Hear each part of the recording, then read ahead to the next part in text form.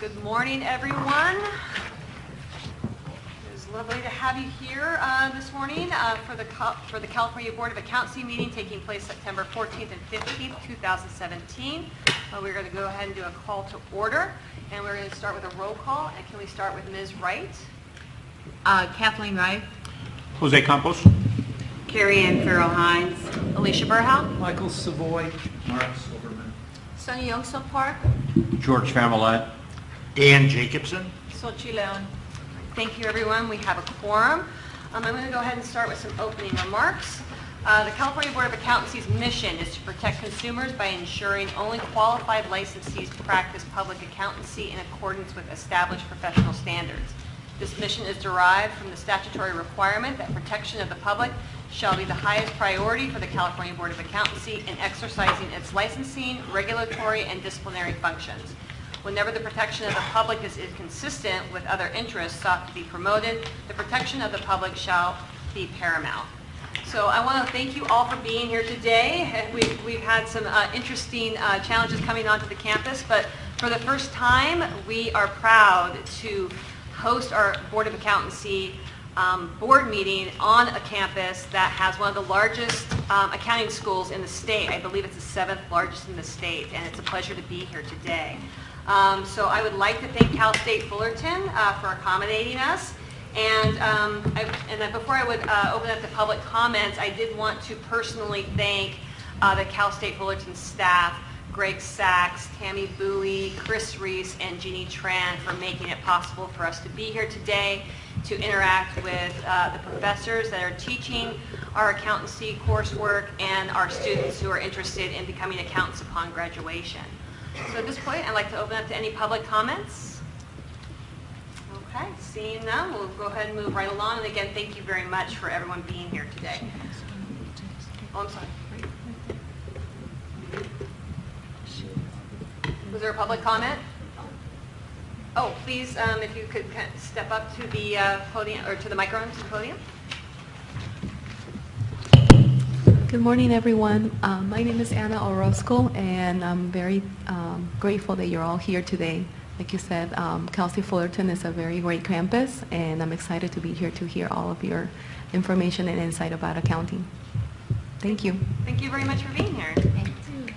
Okay, so moving on to our agenda, I'm going to move on to item A. And actually, I am very proud and excited to introduce our newest board member to the California Board of Accountancy, and that's Mr. Dan Jacobson of Tustin. He is Speaker Rendon's appointee and was appointed by the Speaker just a couple weeks ago, I believe. Mr. Jacobson has practiced civil litigation law in California since 1988. He has served on the Board of Governors of California Insurance Guarantee Association and as a temporary judge for the Orange County Superior Court. That may come in handy later on, so that's good to know.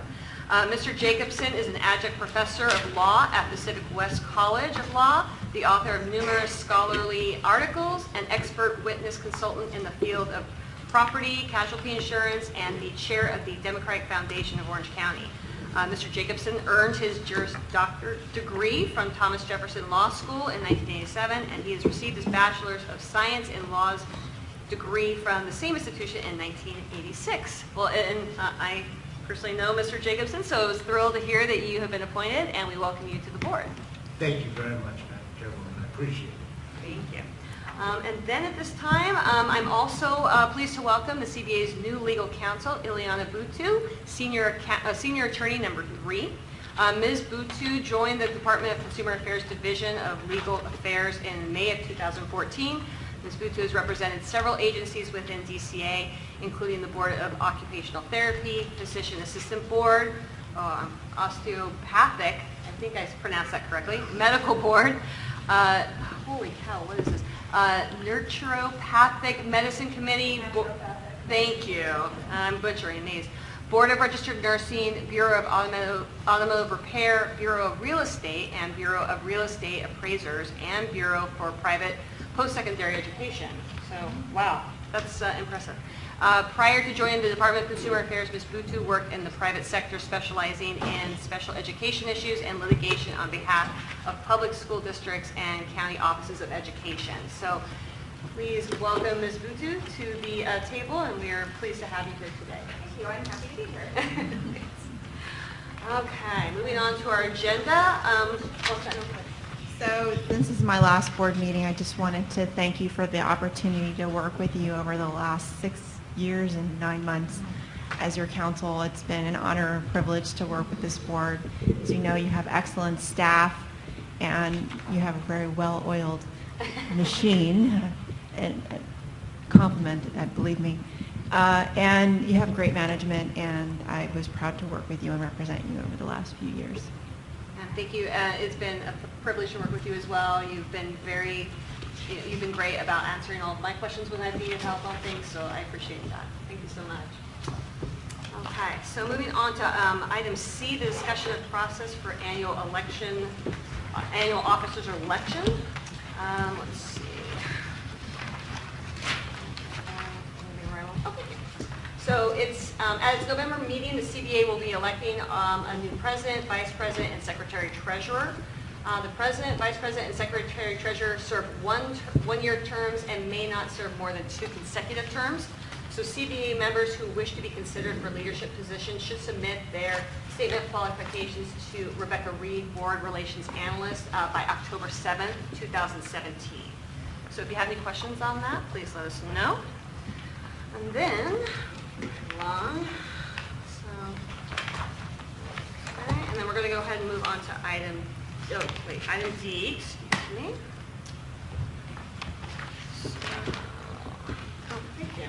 It's like I'm 6 papers. Okay, so in terms of item D, so each year the CBA president and vice president issue a performance evaluation to the executive officer. The evaluation will be based on input from all CBA members. Members should complete an evaluation form, which is included with this agenda item, and will also be sent out electronically by staff next week. The form offers feedback regarding the executive officer's performance and will be used during a closed session discussion at the November meeting. During the closed session discussion, members will have an opportunity to discuss the completed evaluation forms and finalize the performance evaluation. I ask that the members complete this evaluation form and email it or mail it directly to me by October 14th, 2017.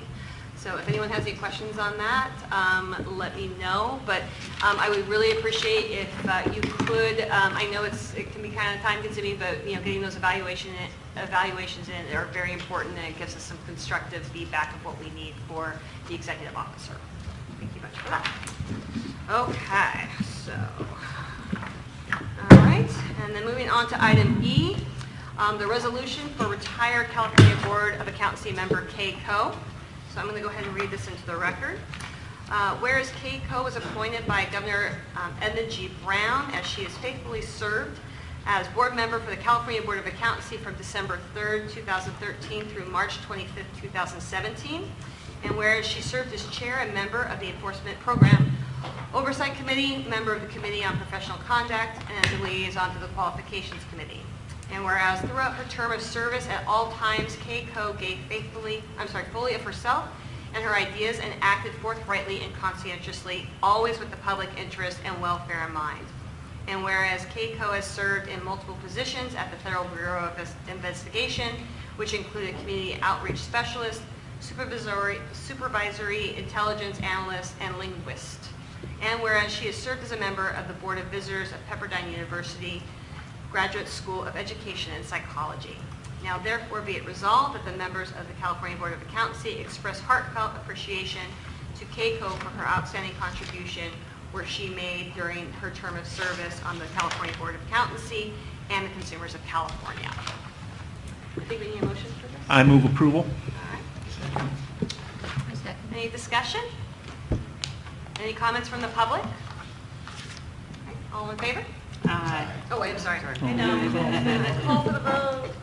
Right. Alicia Berghow, Yes. Jose Campos. Yes. George Familet, Yes. Carrie Ann Farrell Hines. Yes. Dan Jacobson, Yes. Soshi Leon, Yes. Sunny Youngsun Park. Yes. Michael Savoy, Yes. Mark Silverman, Yes. and Kathleen Wright. Yes. Okay, with that, is that good? All right, with that, it passes unanimously. Okay, and moving on, we are going to go on to item F, a resolution for Robert Lee. Whereas Robert Lee, CPA, has faithfully served as a member of the California Board of Accountancy Peer Review Oversight Committee from September 22nd, 2010 to September 30th, 2017. And whereas he served as the chair of the Peer Review Oversight Committee from May 30th, 2014 to November 17, 2016, and was instrumental in the overall successful establishment of the Peer Review Oversight Committee. And whereas he served as a member of the California Board of Accountancy Enforcement Advisory Committee, and whereas throughout his term of service at all times, Robert Lee gave fully of himself and his ideas and acted forthrightly and conscientiously, always with the public interest and welfare in mind. And whereas he has discharged those important responsibilities in a manner of reflecting great credit upon himself and the accounting profession, and whereas his colleagues wish to express him their high esteem and regard. Now, therefore, be it resolved that the members of the California Board of Accountancy express heartfelt appreciation to Robert Lee for the outstanding contribution he made during his term of service on the Peer Review Oversight Committee and to the consumers of California. Is that a motion to accept? I move approval.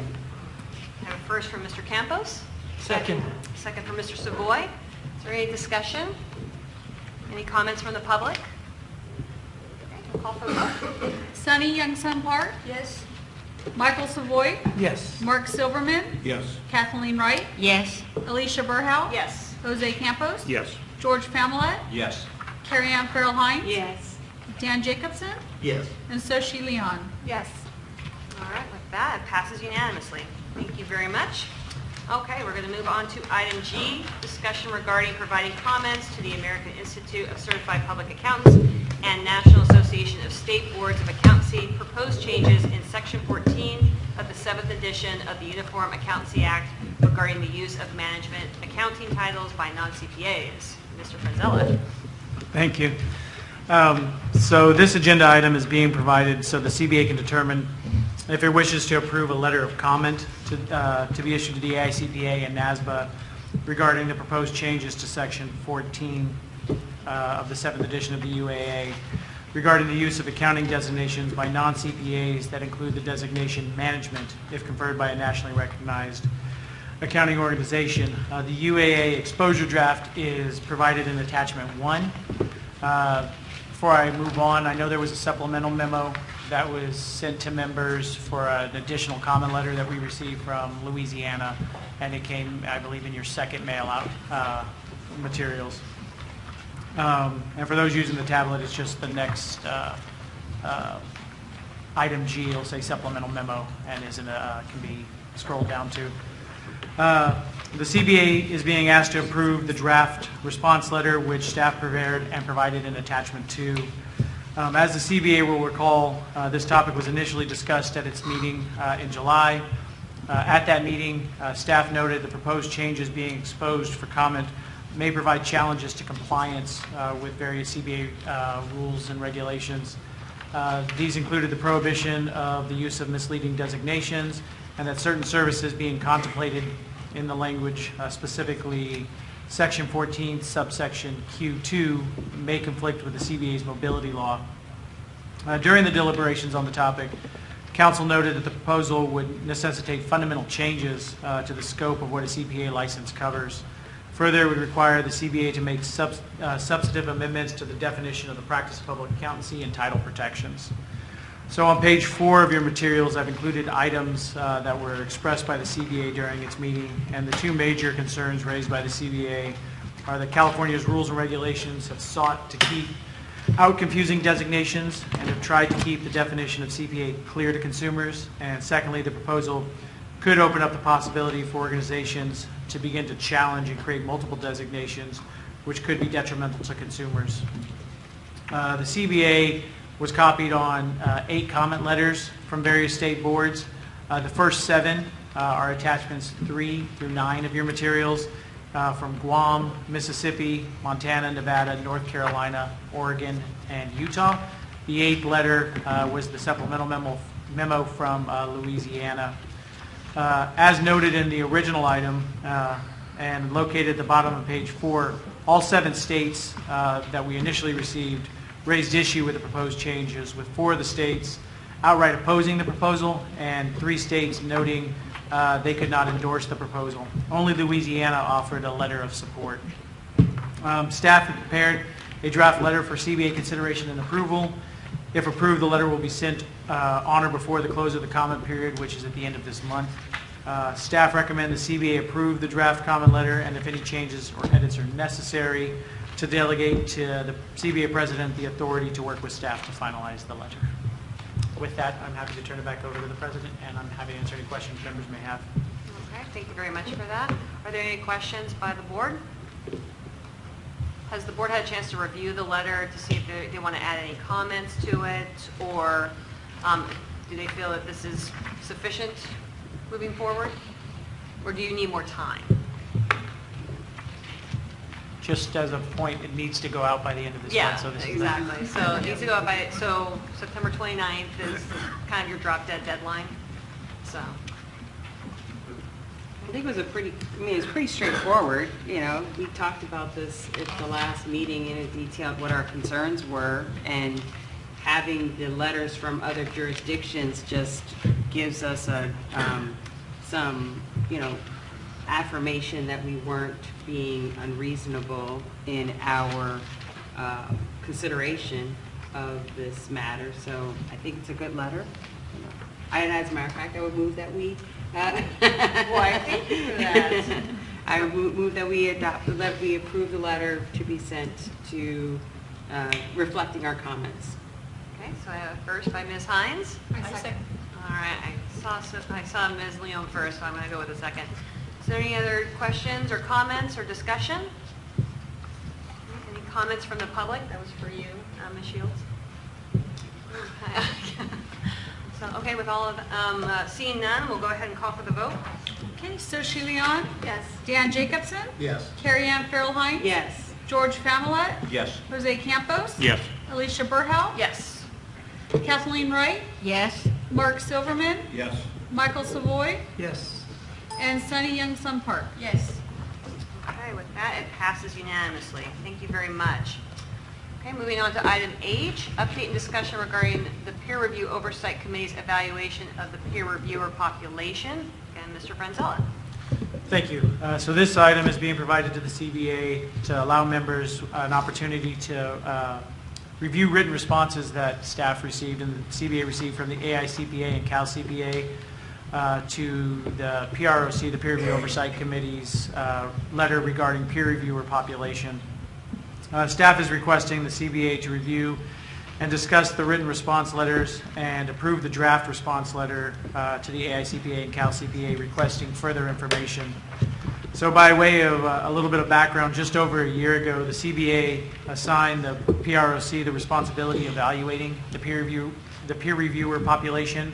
And between December 2016 and May 2017, the PROC discussed steps for evaluating the population.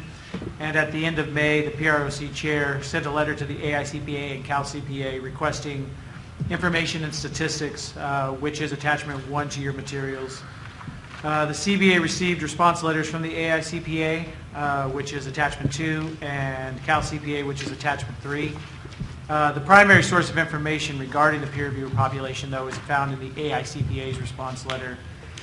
In its response, the AICPA provided ratios of enrollment of firms and active peer reviewers from data collected between 2010 to 2016. The AICPA also provided data relating to the retiring population from a survey it conducted in 2014 from 350 survey respondents. On page 2 of your materials, I've highlighted the key points from that letter. As noted in their response letter, the ratio of enrolled firms to active peer reviewers nationally was 14.65 to 1. However, California's ratio is double that at 30.25 to 1.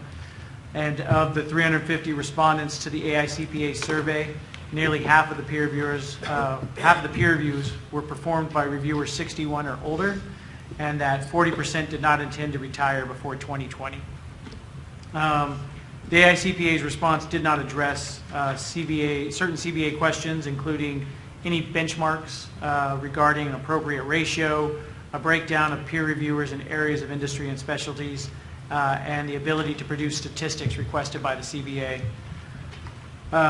Beginning on the bottom of page 2 and carrying on to page 3, staff, in consultation with the PROC chair, identified various areas of concern, including the aging population, the specialized industry, and the need for more information and data on the California peer reviewer population.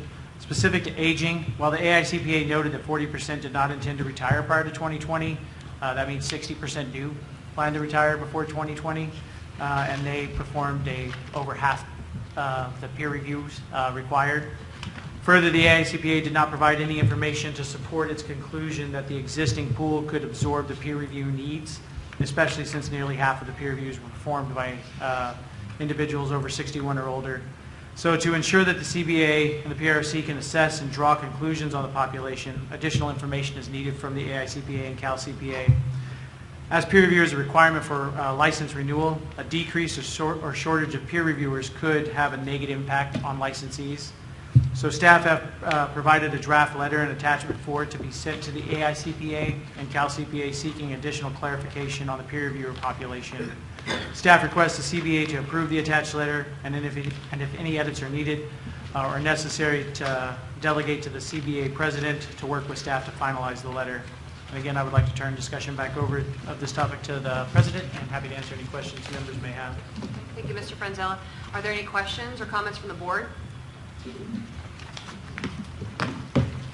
Does anyone need any more time on the letter? Is there any comments from the public? Okay. Is there a motion to approve the letter? I move to approve the letter. Thank you. Thank you, Mr. Campos. Is there a second? I second. All right, a second from Ms. Park. Again, any other discussion or public comments? Okay, call for the vote. Saoirse Leon, Yes. Sunny Youngsun Park, Yes. Michael Savoy, Yes. Mark Silverman, Yes. Kathleen Wright, Yes. Alicia Burhouse, Yes.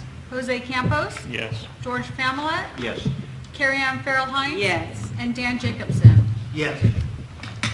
Okay, with that, thank you very much. I'm going to add another couple items in before we break for lunch, so I'm going to go ahead and move on to item I, update on discussion and possible action on legislation regarding several bills I will not name by on the paperwork, so we're just going to go to Ms. Mugasaki. Sorry. Okay. Thank No you. problem. Thank you, Madam President and members. Good morning again. I think it's still morning, yep. The Yes. purpose of this agenda item is to present the status of legislation that the CBA has taken a position on or is monitoring. No action is needed if the CBA chooses to maintain its current position of these bills.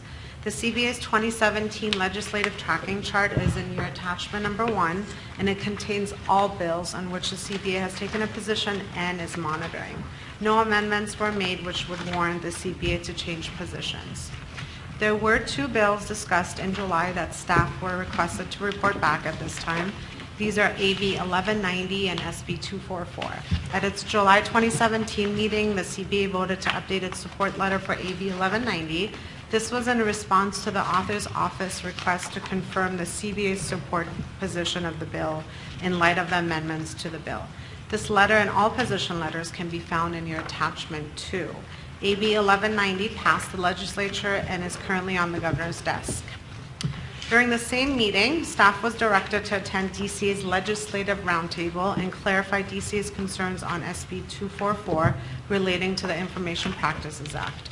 Staff attended the next roundtable meeting and received further information regarding DCA's concerns relative to proposed changes in the IPA. However, following the roundtable, SB 244 was amended to remove sections 2, 11, 13, and 18 of the IPA, which relate to, quote, sensitive personal information. Staff reached back to DCA and was informed that due to these amendments, DCA had no concerns with SB 244, and the bill is currently on the Assembly floor. Earlier this week, legal counsel suggested to bring SB 244 as a hand carry, which can be found in your blue folders. And with permission of Madam President, I would like to turn it over to legal counsel for any comments, and this does conclude my presentation. All right, thank you very much for that. Okay, we'll go ahead and turn over to council. I am very happy to see that they made the amendments that they made to SB 244, so yay. And in addition to that, they made one other change that is really not a super interesting area of concern, because I don't know that you get a lot of these requests. But if you look at BMP 30H, the proposed revision basically omits having to provide social security numbers, federal employer identification number, individual tax ID numbers pursuant to federal law. So that's actually omitted. I don't think it's a huge deal, because I can't imagine that CBA gets a ton of requests for somebody's social security number or I-10 or federal employer ID numbers. So I'm okay with this. I just wanted to let you know that this is one thing it doesn't cover is federal law, but otherwise it's fine. Okay. So do we need a motion to approve this, or just, you're good with the amendments? So Well, right now it has a watch position, and if you want to change it from watch, Okay. that's fine, but I don't know that, I mean, it's up to the board. Well, I'll put it up to the board if we want to change our position anyway. If we don't, then we can just go ahead and keep it as is. I'm sorry. Just real quick clarification, the formal position of the board is a monitoring position, Oh, so sorry. it's not an actual watch, it's just Okay. more of and the difference between that and the board itself isn't watching it on the record, but staff are internally monitoring it. Sorry, I misspoke. I'm not up to your lingo yet. but It bear will with come me. in time. Bear with me, I'm getting It there. will come in time. I will open up to any of the board members if they have any questions or comments on the legislation, if they want to change any positions around, or if they want to go ahead and keep it as is. Okay. Is there anything in particular that staff is watching on it that, okay? All right, any comments from the public? Okay with that, thank you very much for your report. Oh, sorry. Oh, there is a comment, sorry. You need to come up to the table. Hello, everyone. Again, my name is Anna Orozco, and thank you again all for coming today. I found out that Mrs. Wright, she's the founder of the VITA program at our school. For those of you who are not familiar with VITA, we provide tax returns for low-income families, and I've been part of that for the last 3 years, and I learned a lot through that program. So I'm very thankful that I got to meet her in person. And I already sent an email blast to a lot of the VITA people, so they might be here today looking for her autograph. Oh my gosh. Okay. Definitely, yeah. So Thank you, Anna, and Cal State Fullerton, and its enthusiastic, beyond belief support of a project as well-meaning as VITA. So if any of you went to Cal State Fullerton, let me know, and maybe I'll connect you. I'm a chapter leader for various organizations on campus, so I'm very well connected. Thank you again. Have a good day. Thank you very much. Okay, we are going to move on really quickly to item J, the development since the February 2015 United States Supreme Court decision, North Carolina State Board of Dental Examiners versus the Federal Trade Commission.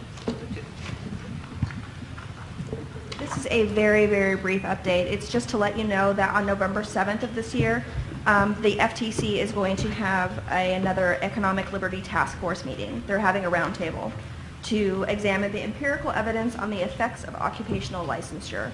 So hopefully we'll have some interesting information at the next meeting too that I can report on, but just letting you know that that is scheduled for November 7th. Great, thank you very much for that. So at this point, oh, I'm sorry. Any other questions or comments from the board members?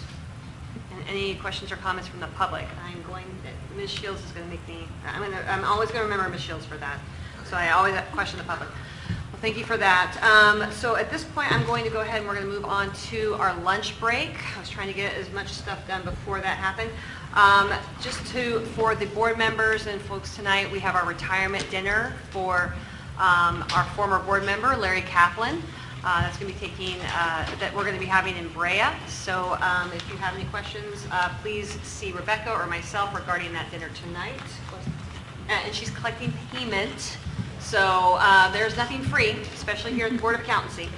So please see her if you have any questions or comments on that. So at this point, we're going to go ahead and break for lunch, and we will reconvene at 1:30.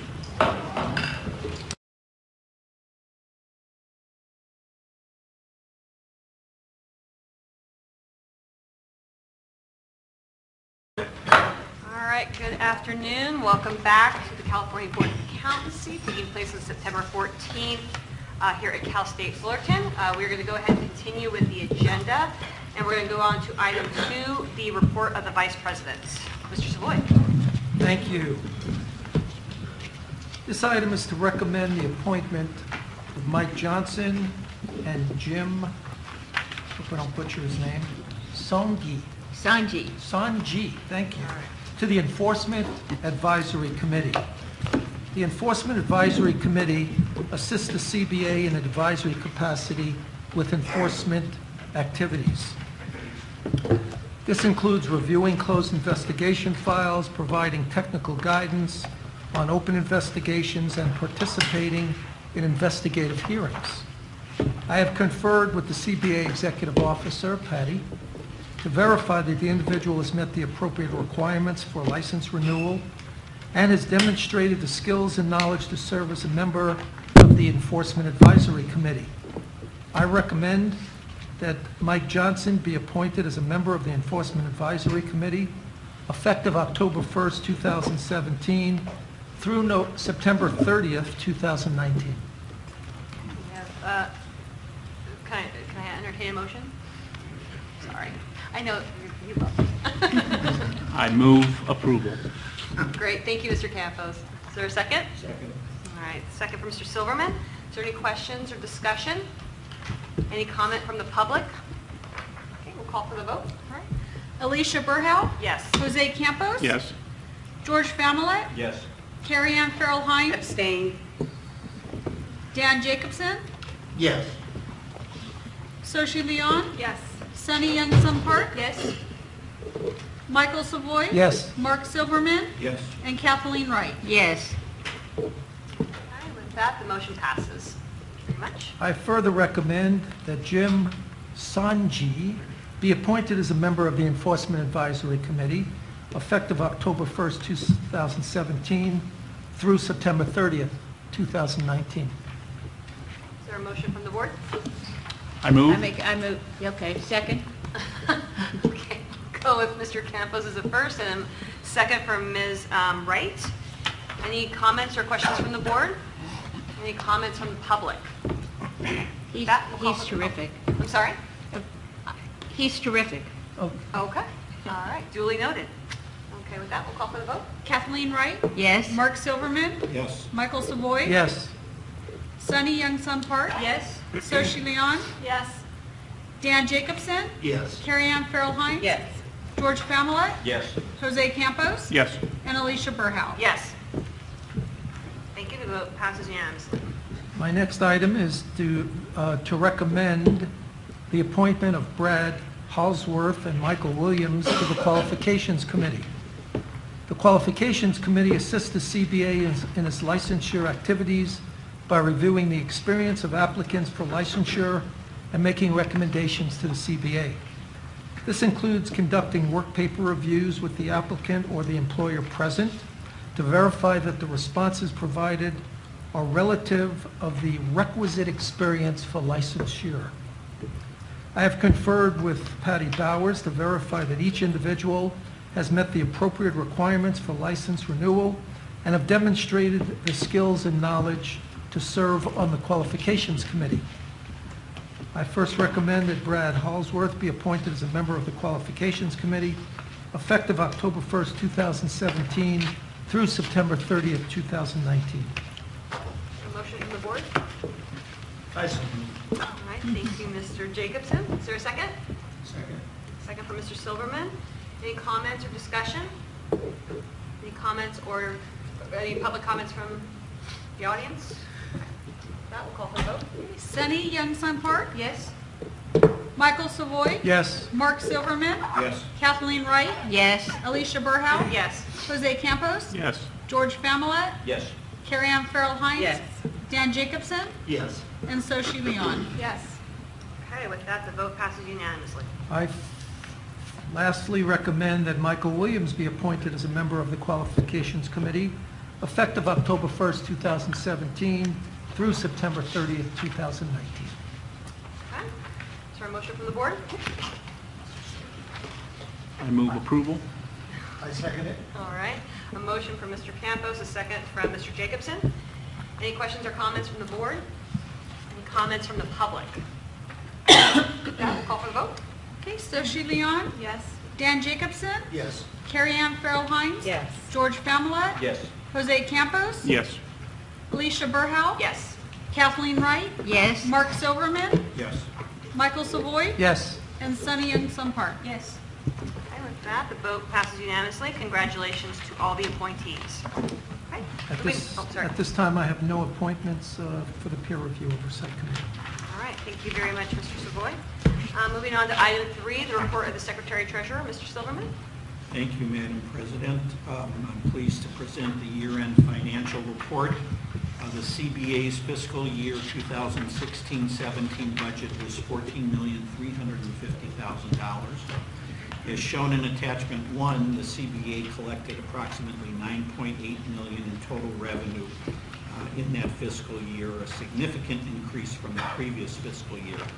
Increased revenues are expected to continue in the next year due to the fee restoration on July 1st, 2016. Revenues are projected to be close to $10.4 million this fiscal year. Total expenditures for fiscal 2016-17 shown in attachments 2 and 3 were approximately $13.8 million. Expenditures for minor equipment were consistent with the previous fiscal year. No major equipment expenditures were made. Printing expenditures and postage expenditures increased due to various expenses related to the office relocation. The enforcement-related expenditures, meaning the Attorney General's office, the Office of Administrative Hearings, and courtroom reporting expenses, have continued to increase significantly over the past 3 fiscal years. As referenced in attachment 4, they rose 22% in fiscal year 2016-17. The CBA ended fiscal year 2016-17 with 26.9 months in the Accountancy Fund Reserve. I'm pleased to report in June 2017, the CBA received general fund loan repayments in the amount of $21 million, plus interest in the amount of $2.67 million. This increased the reserve from approximately $12.9 million to approximately $31.8 million. This concluded the repayment of the remaining general fund loans. Attachment 6 illustrates that the CBA ended fiscal year 2016-17 with 90.9 positions. The fiscal year 2017-18 budget is currently set at $13,463,000. The first quarter financial report will be presented at the November 2017 CBA meeting. Thank you, Madam President. Does anyone from the board have any comments or questions? You're good? Oh, yeah. Do you have any comments or questions from the public? With that, thank you very much, Mr. Silverman. Okay, moving on to item 4, the report of the executive office.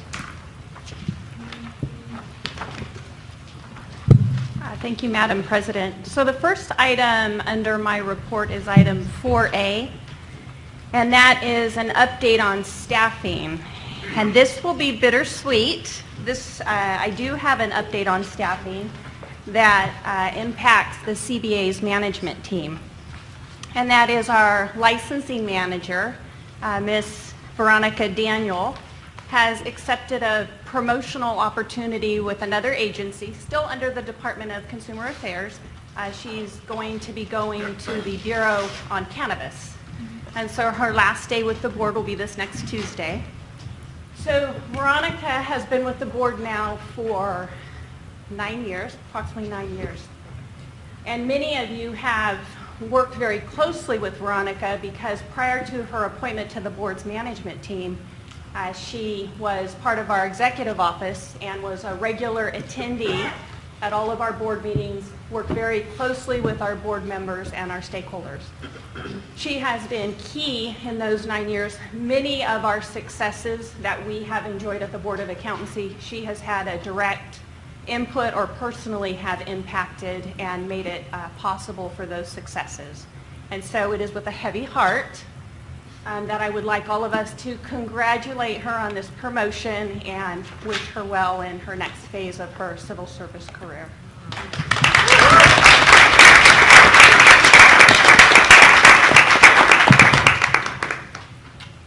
So with that, Maybe to give her a breather, I mean, on behalf of the board, thank you for all your contributions that you have made. I know I've personally seen you in action outside of the boardroom, just in terms of interactions on college campuses, much like this one, relaying the kind of important information from a licensing perspective that people need, and you did a fantastic job in that limited interaction that I was able to see. So you will be severely missed. Good luck. thank you very much. And then before I turn it over to Aaron Bone for the next item under the Executive Officer Report, I would just mention also for those of you who are new to the board, Veronica was also the recipient of the Board of Accountancy's Leadership Award of Excellence that this board awarded her some time ago. So thank you.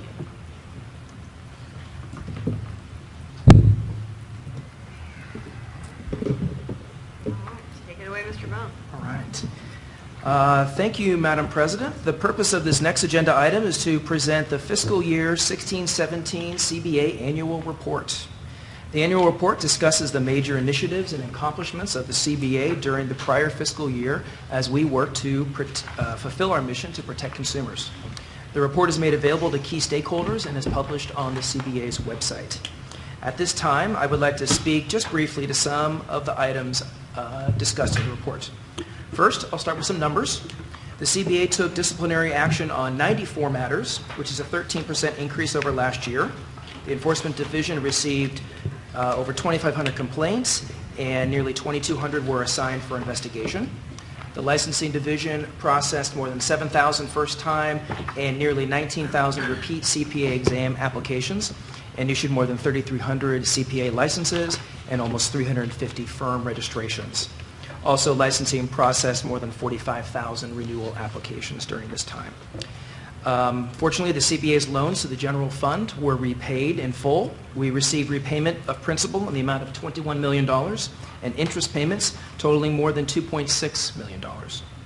Other notable items from last year include the CBA's work on its practice privilege program. The Mobility Stakeholder Group was very active as it reviewed and improved all 55 states as substantially equivalent to NASBA's guiding principles of enforcement. The CBA successfully completed its long-anticipated move from Evergreen to its current Venture Oaks location. In fact, the move was so successful that the Department of Consumer Affairs considers our move and our procedures to be a model for other boards and bureaus. The CBA's outreach program, of which I'm very excited about, was very active as the CBA's members, advisory committee members, and staff participated in numerous events throughout the year. Those events are detailed in the report. But they mainly focused on explaining the licensing requirements to students and others considering entering the CPA profession. In addition, the Enforcement Division streamlined their workflow, which resulted in faster case assignments, a more effective system to track cases referred to the Attorney General's office, and the implementation of a system that more clearly communicates the terms of probation to probationers and tracks their compliance during their terms of probation. Coinciding with an updated ethics study requirement that took effect January 1 of 2017, the Licensing Division received an influx of licensing applications, which amounted to about a 70% increase over the typical monthly application averages. Division staff successfully reallocated resources to address the substantial workload increase. The CBA's presence on social media continues to grow as our stakeholders increasingly use these mediums to communicate. We saw a steady increase in the number of followers and connections through Facebook, Twitter, and LinkedIn. Madam President, that's just a sampling of the various accomplishments here stated in the report. You can find further details in the report that cover other accomplishments from the Enforcement, Licensing, and Administration divisions. That concludes my comments, and I'll turn it back to you. Thank you very much, Mr. Bone. Are there any questions or comments from the board? Comments from, oh, no, you're good. Oh, you just look at me intently. I love it. Any comments from the public? Thank you very much for that. I'm going to take on to item C. Thank you, Madam President. This is my outreach report. I'm happy to provide some brief comments. As you may expect, many of our recent outreach efforts are kind of culminating in what's going on today and tonight. First, I'd like to offer my appreciation to the numerous Cal State Fullerton officials who've helped make today's events possible. There's too many to mention, but just a few key ones that I've worked with have been Jeannie Tran, Professor Vivek Mande, who is the interim chair of the accounting department, and Professor Elisa Lee, who is one of our licensees. We're grateful to the assistance of Cal CPA, and a number of their officials are here today. They've helped to promote our events tonight, and we're going to have two speakers. One is Ms. Kathy Johnson. She's the current chair of Cal CPA, and Summer Taylor, who is with the Orange County Long Beach chapter of Cal CPA. Today we have two student-focused outreach events. The first, beginning at 2 p.m., is titled Perspectives of a CPA. That will be held during the board meeting, so when that occurs, members, you could stay right where you are in your seats. Attendees will hear from Madam President, Vice President Savoy, and CPA member Jose Campos. In addition to our Cal CPA speakers, CBA staff will be discussing the licensure requirements. In the evening, beginning at 5 p.m., CBA member George Familet, as well as Cal CPA presenters, will join us here again in this room. CBA staff will also provide an overview of the licensure requirements, but they'll go in further depth and detail by breaking out the accounting course catalog that's offered here at Cal State Fullerton, and will illustrate how that meets which particular requirements of our educational requirements for licensure. And CBA staff will be available to meet with students who have one-on-one questions about how the licensure requirements apply to them and their individual progress towards licensure. Finally, because we are broadcasting both of these outreach events, not only the one at 2 o'clock, but at 5 o'clock, and we'll be archiving them on our website, so I'm excited that that's going to provide an enduring resource, not only for Cal State Fullerton students, as they have one of the largest accounting programs, as Madam President pointed out earlier, but it'll also be of value to those who are considering entering into the profession across the state. And we will make plans to distribute those after those are posted. That's all I have, Madam President. I'll turn it back to you. Thank you very much. Are there any comments or questions from the board? Any comments from the public? Thank you very much. And just because I expected everyone to read my mind, I'll just make sure that this is all on the record. For item 3B, review of the California Board of Accountancy fund condition and consideration for possible fee changes, that item is going to be moved to the November meeting. So I know the mind reading is not working well today, but thank you for that.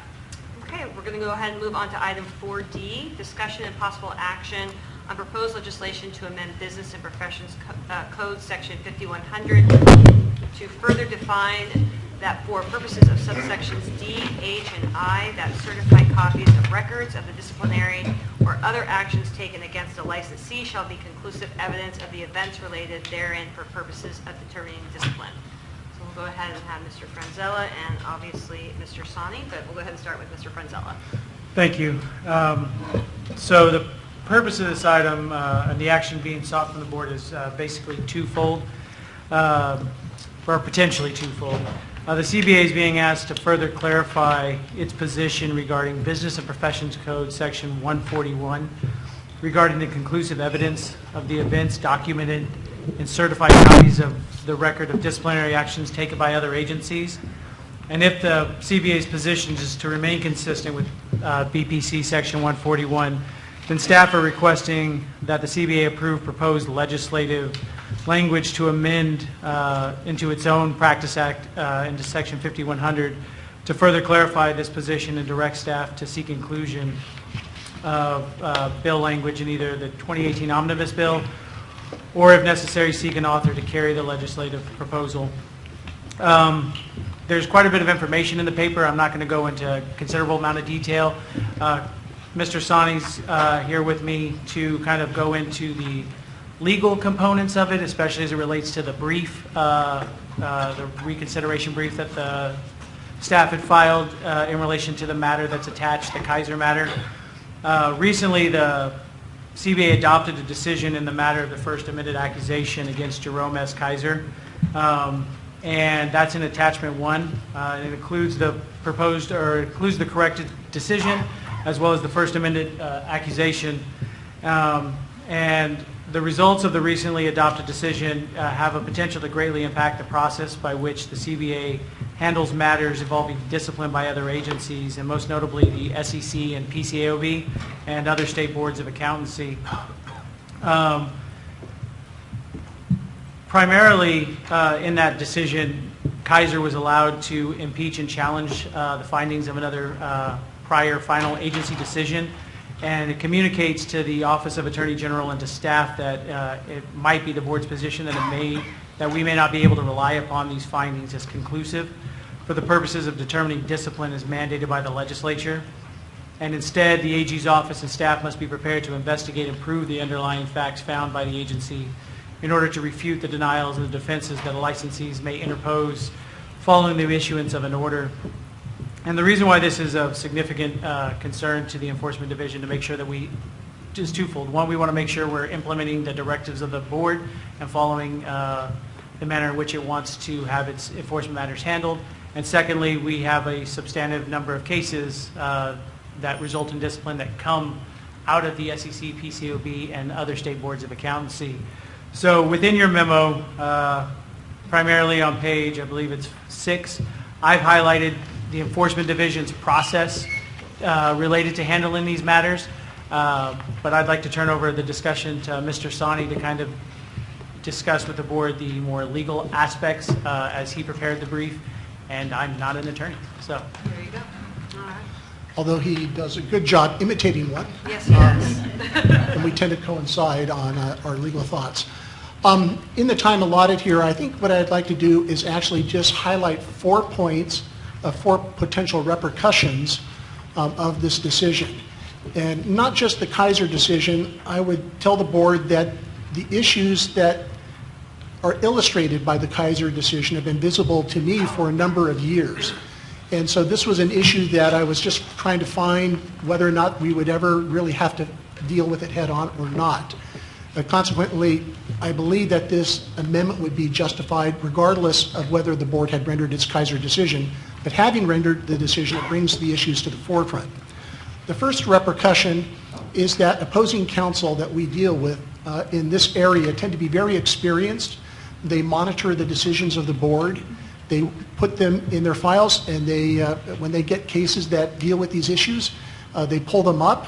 And this case is going to communicate that the findings of the SEC and the PCAOB, for example, are rebuttable presumptions. That is, they are not conclusive, and that in fact, if a licensee and his attorneys can put on a good case as to why the SEC, let's say, got it wrong, then they will be encouraged to go to hearing. And so we can expect to see a lot more of these types of cases go to hearing. The second repercussion is that the decision itself communicates something to the Attorney General's office. As Mr. Franzella indicated, I filed on behalf of the complainant in this case a petition for reconsideration that was directed to identify a specific legal error that we saw in the decision, irrespective of whether the board wanted to change the level of discipline that was imposed. And the board determined not to accept that petition for reconsideration, so that communicates to us that perhaps we had read the intentions of the board incorrectly, and that perhaps this is a change of direction that the board wants to take.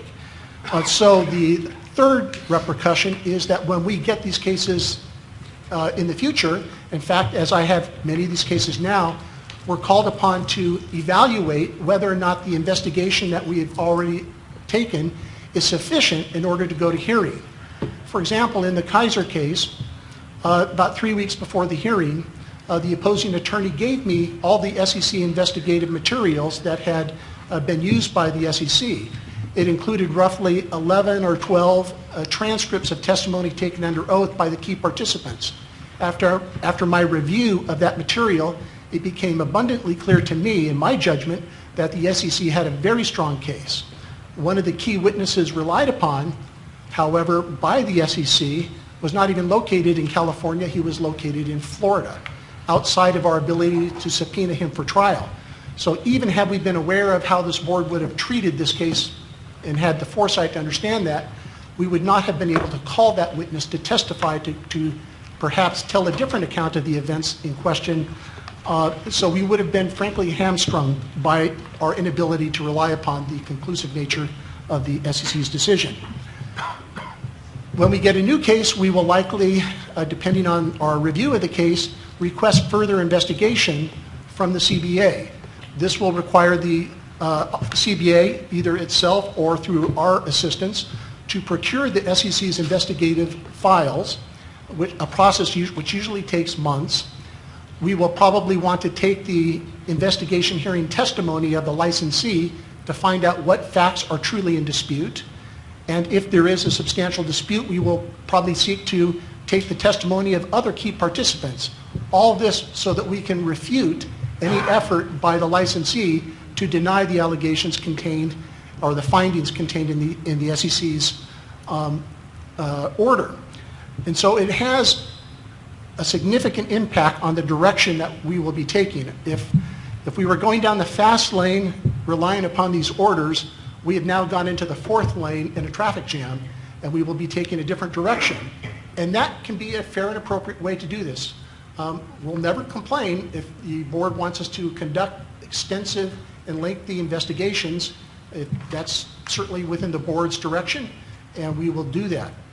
Once we get that supplemental investigative material, gets to the fourth point, which is we will look at all of that and determine whether or not, if we have to prove the underlying facts, and we actually have access to the evidence, the witnesses are in Southern California, the evidence is located down here, then we will look at that evidence and determine whether or not we should be bringing additional claims. If we have to prove and prepare for the underlying claim, an SEC or PCOB order that simply involved an audit violation may give rise to claims for repeated acts of negligence, for potentially gross negligence, for dissemination of false information. All of these are other sub-paragraphs of 5100 and will greatly expand the nature of those cases.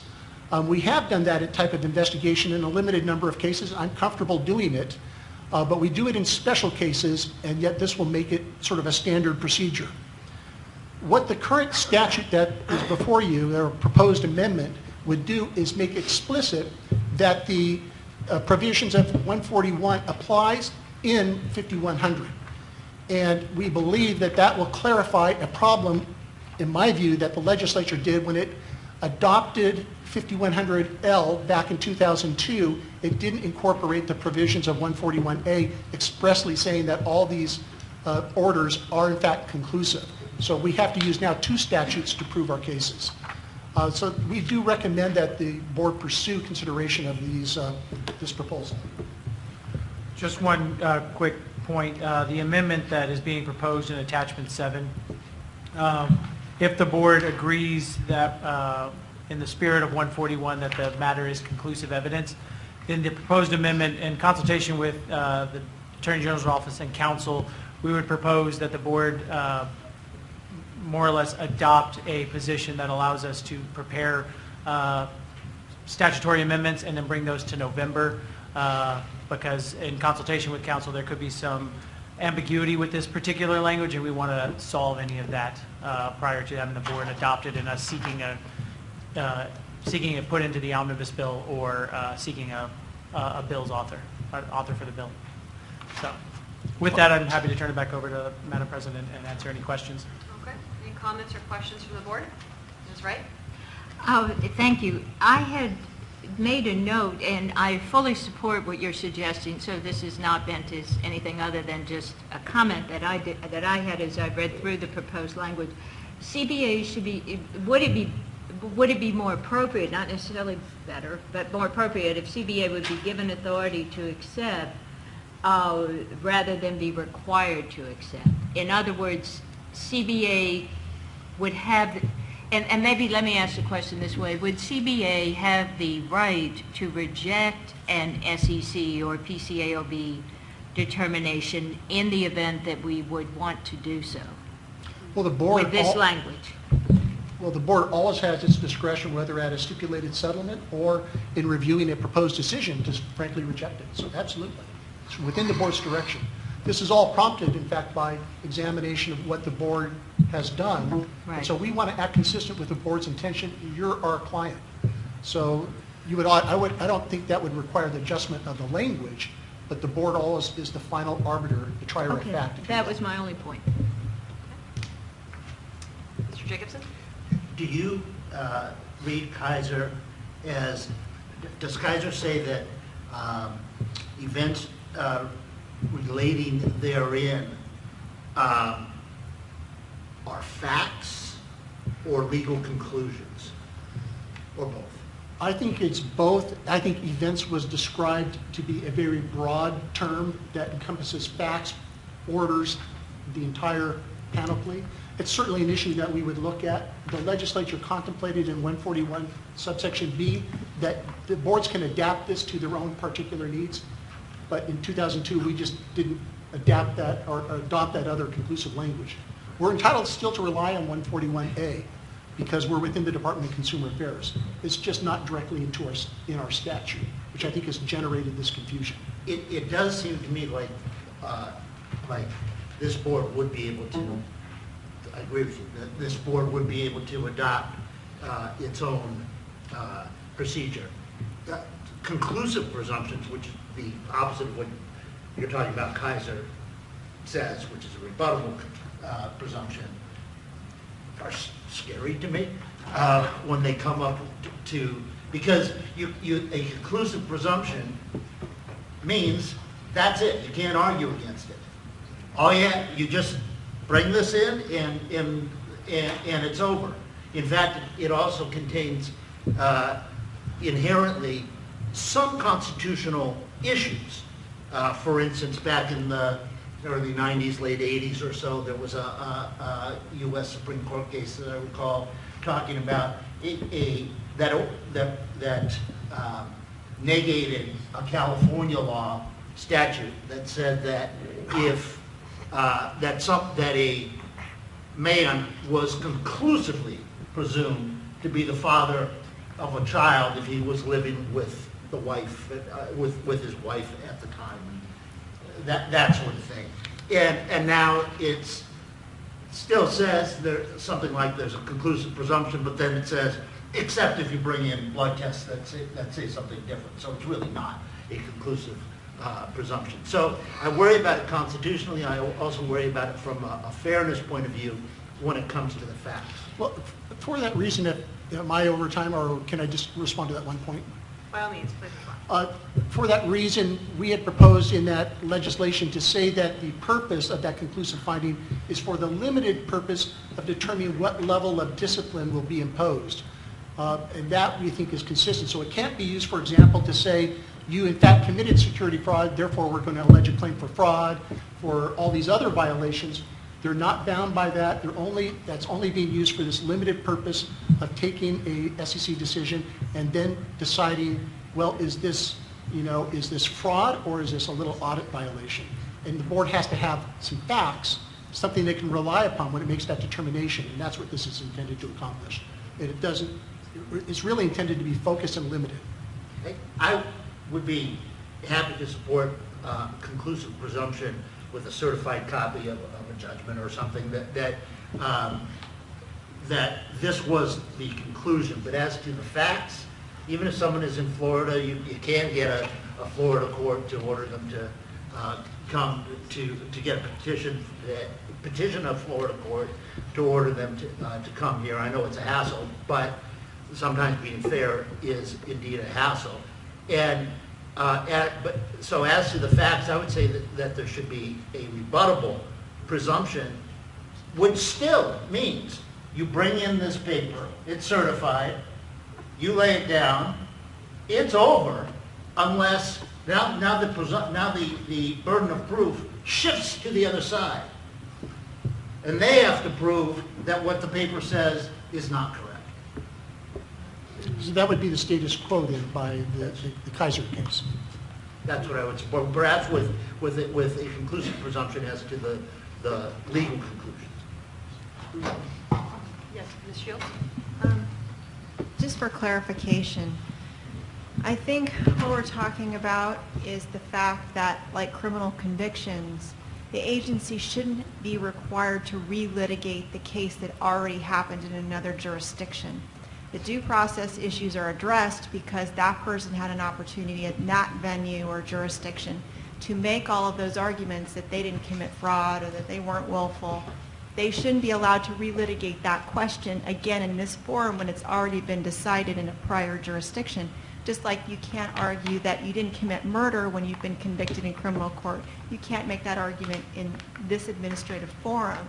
So I think what we're trying to do is see if there's a way to make it clearer that you can't relitigate that case over again. We are allowed to rely on the fact that you were found in violation of that law as a cause for discipline. What the penalty should be is still within the discretion and the judgment of the board, whether it should be 3 years probation, 5 years probation, suspension. Those facts come in and people can argue those facts, but we don't want the staff to have to relitigate the facts that show the violation occurred all over again.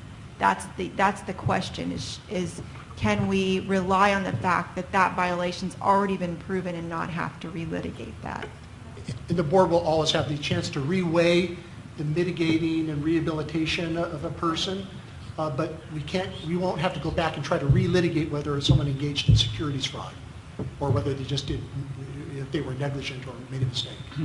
So to piggyback on what Kirsty was saying, the use of this would be more towards not developing a cause of action against this licensee, but rather using it after the fact.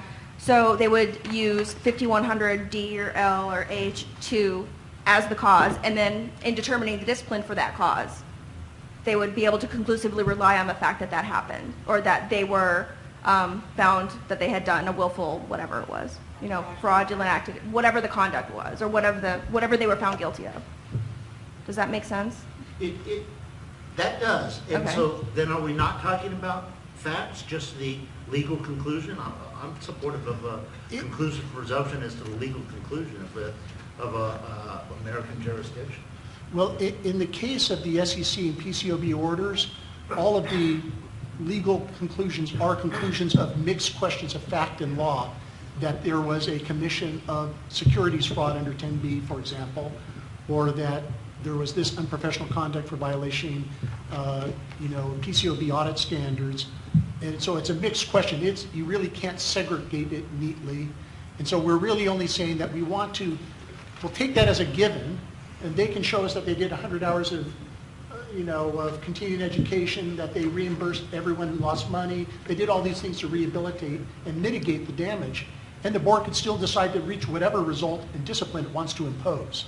So there's no compulsion to get to a final discipline, but the circumstances about what happened are established.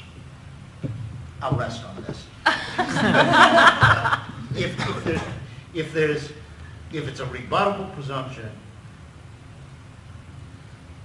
that shifts the burden of proof to the other side. So if they don't come up with something that we believe, we still have that presumption. We can rely on that presumption. We have to rely on that presumption. And so I think a rebuttable presumption is fairer, it has less constitutional infirmities, and is just a better way to build a conclusive presumption. I know so 5100D is really, or I'm just using D as the example so I don't have to list all of them, but D is really about, that provision says that we're bringing this against you, we're bringing this allegation against you because you were disciplined by another agency. And that's it. It doesn't have anything to do with the underlying facts. It's just that you were disciplined by the SEC they found that you had committed fraud. That is it's like a very small universe for this one cause. This one allegation is just about the fact that that the SEC, for example, found this licensee had committed some act that was in violation of the law, as opposed to a separate cause, a separate allegation about the underlying conduct, whether they actually committed fraud. So we're looking at two different separate causes here, not just one. If I'm saying this in a way that makes sense. It does, and Anyway, okay. If what we end up with is a conclusive presumption as to fraud, or as to the legal conclusion, not as to what someone did to get there. In other words, not as to the facts, but as to the legal conclusion, I'd be supportive of that. Sorry, if you look at 5100D, let's just go to D. 5100 says, after notice and hearing, the board may revoke, suspend, refuse to renew, blah, blah, blah. And then the last line of subsection D says by any, that they had any discipline by any other state or foreign country. The fact that that actually occurred is the only thing in that cause of action, in that allegation. So we're not looking at the underlying conduct in this particular. Let's just say there was an accusation brought against a licensee and the only allegation in there was 5100D. That's all you look at, is whether or not SEC or whoever found this person had committed a violation. It's really limited to this tiny little universe, as opposed to, we're not alleging other things. We're just alleging, hey, the SEC said you can't practice here anymore, and so now you're in trouble with us. So just to clarify, so what this Kaiser case raised was, can someone who's been convicted of securities fraud say to the board, well, what I did was an honest mistake, it wasn't intentional. When you've been disciplined for fraud, can you make that argument? That's the question. So that's what we're discussing here. It's like, you know, what's the scope of that conclusive presumption that we're talking about? I know Mr. Campos had a comment too, so I want to make sure I get everybody in. I'm but one board member, and I'm trying to recollect the deliberations around the underlying matter here, but my recollection is there was no desire by this board to change direction in terms of, you know, how we would approach discipline from other agencies. That's my own recollection. That was a deliberative process. I think the idea was that the decision we had in hand, you know, wasn't worth the additional process to go back, get it, you know, redone or whatever needed to happen to fix it, right? So we understood the point, but did not feel that there was a change of direction or that the underlying discipline was inappropriate, if I use sort of my own words. And then secondly, the only thing I'm having trouble understanding is we talked about 5100, and I don't have any beef with trying to get some amendment to 5100 in this fashion. Help me understand the interplay of 5100 and 141, sort of the context that each of those are in, and why the level of explicit information we have in 141 doesn't apply, if you will. I'd be happy to do that. I appreciate the time. I'm going to be really quick. In 1992, a case was litigated involving the California Board of Accountancy, and it found that the decision of the Federal Home Loan Bank Board to discipline a partner at Arthur Young, it was not subject to being re-litigated. It would be determined to be, it had to be accepted as a done, established legal determination. In 1993, a doctor was faced with a similar situation, the Merritt case, where again the Court of Appeals said it would be an undue burden and expense to require an agency to go back and relitigate and to haul in witnesses from another state and undertake an independent investigation. So we determined that the findings of that other agency, the state of Nevada in that case, are determinative. The legislature in 1994 followed on and passed 141. 141 applies to the entire Department of Consumer Affairs, to every licensing agency. And the last part of 141 says, and by the way, each agency is welcome to adapt and adopt this into their own Accountancy Act, if you will, their own specific statutory scheme. In 2002, the board did that, but didn't do the entire incorporation. It just simply referenced PCOB and SEC discipline are grounds for discipline, but didn't refer to 141. So we now have to bring a claim based on both 141 and 5100 H&L in all of these cases, so that the statutes have to be read together. And we're saying that that creates confusion. I think it created confusion here, and that could be solved by incorporating 141 into 5100. Okay. Do you need a motion? I'll move. I mean, maybe for the record, though, I think given the way that this was laid out, one, I do not believe it was any intention of this board to change practice with respect to how this provision was evaluated and dealt with in disciplinary actions. And then secondly, then to that effect, I would be supportive of approving the proposed amendments to 5100 as laid out in attachment 7. Mr. Frenzel? I'll wait for you to get a second, Oh, hopefully. Is there a second? I second. A second from Ms. Park? So Mr. Frenzel? the only thing I would ask is that we be afforded the opportunity to work with council to make some modifications to the proposal in attachment 7. After discussions, after we disseminated this, there was some questions raised. We want to address those and bring it back in November.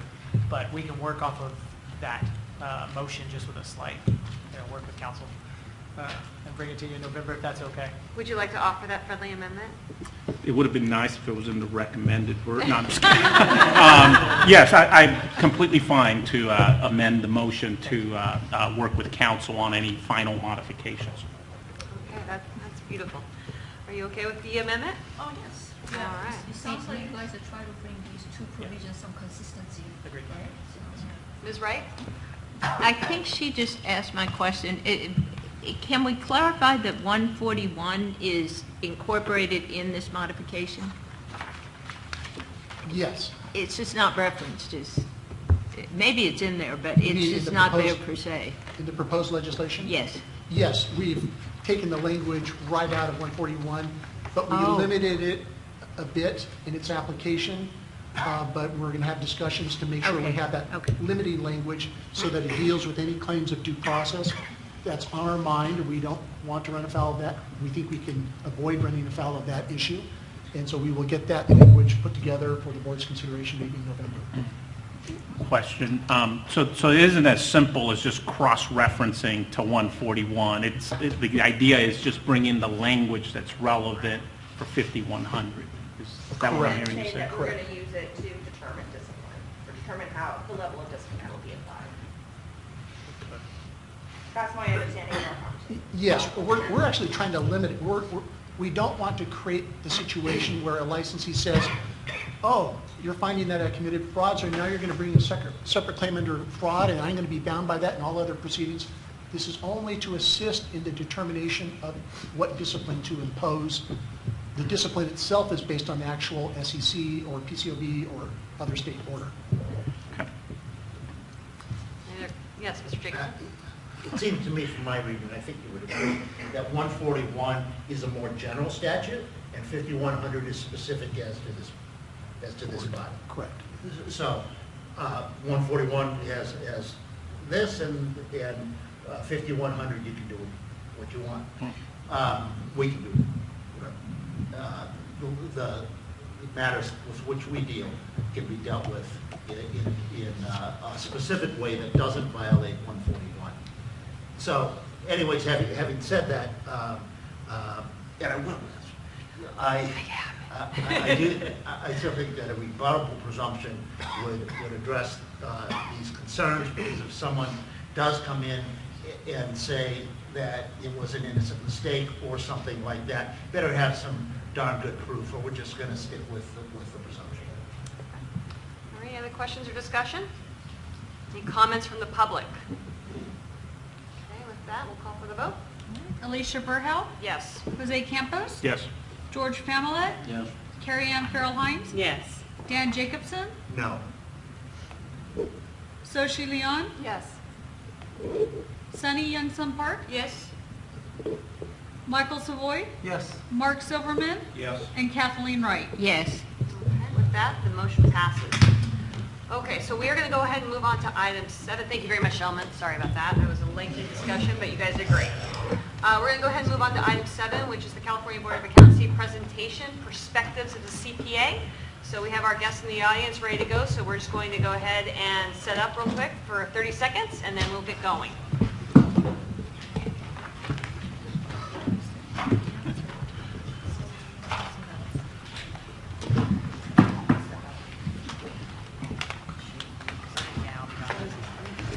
What's that?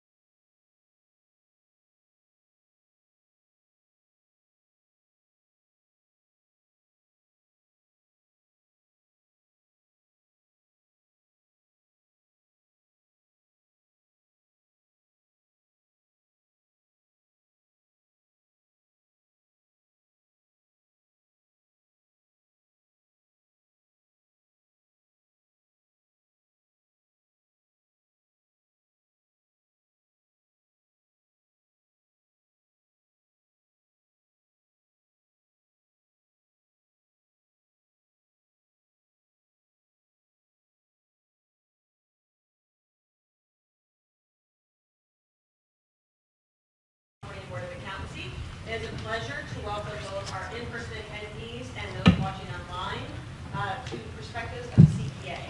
We are fortunate today to be on the campus of Cal State University Fullerton, and I would like to express my appreciation to everyone at the university who helped make that happen.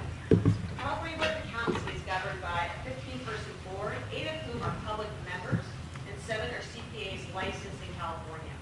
These board members are appointed by the Governor of California, the Speaker of California State Assembly, and the Rules Committee of the California State Senate.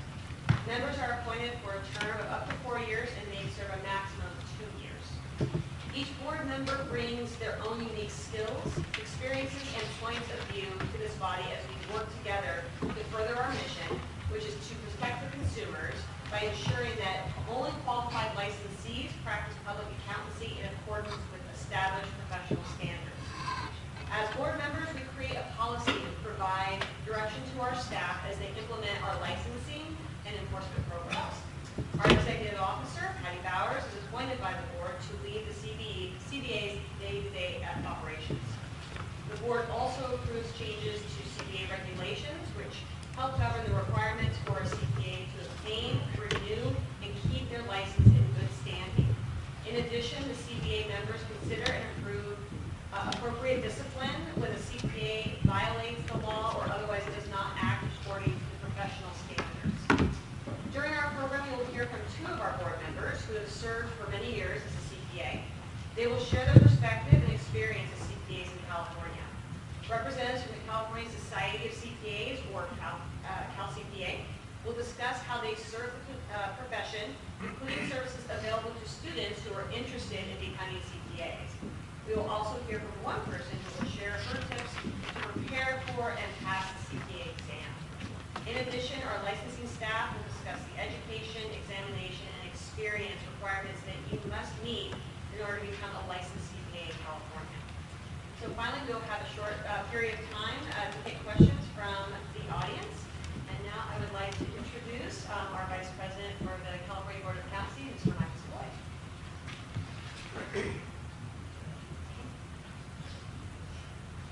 Thank you. I've pretty much been asked to talk about something that's near and dear to my heart, which is myself. I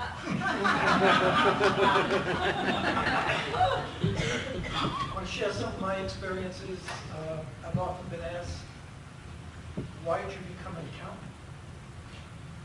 Well, I guess when I was growing up, like in most kids, firemen, policemen, you have no idea what you want to be, at least I didn't. I was very good at math. My parents would say to me, you'd make a good accountant. Having absolutely no idea what an accountant was at that time. In my final year of high school, I took an accounting class in my senior year. It was exciting. I mean, I was hooked. I got 110 on every single exam. There was always a 10% bonus question. In New York at the time, your final marks were given in numbers, not in grades. Teacher gave me a 99. I went to her and said, I don't understand.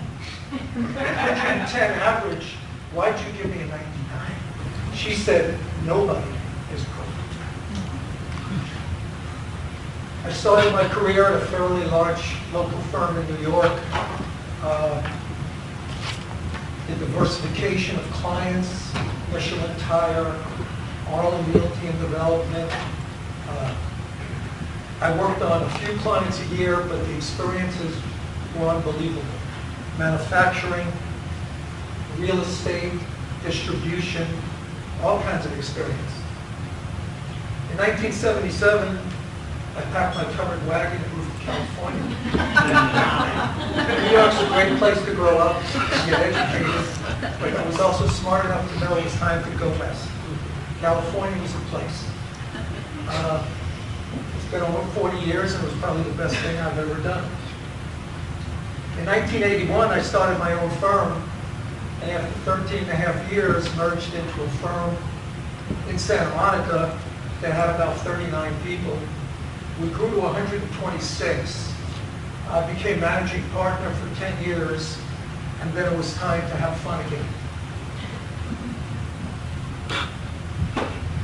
certainly in public accounting have opportunities to experience and be in different businesses, certainly to meet many, many different people.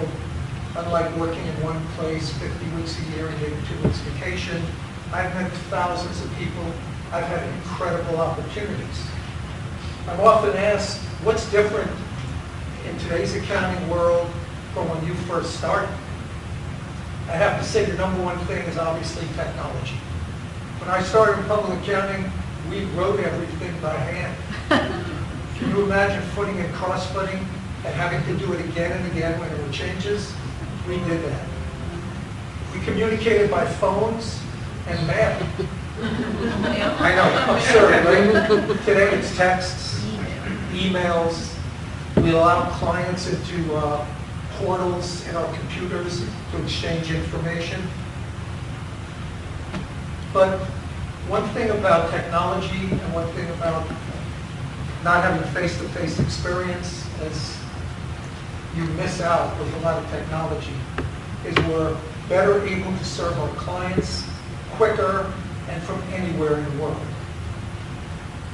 I've been practicing for 44 years. I often wondered why they call it practice.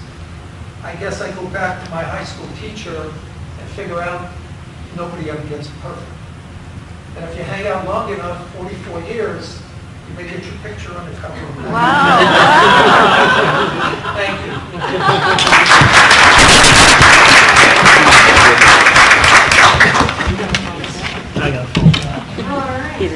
So we'd like to welcome up our next speaker, which is our CBA board member, Jose Campos.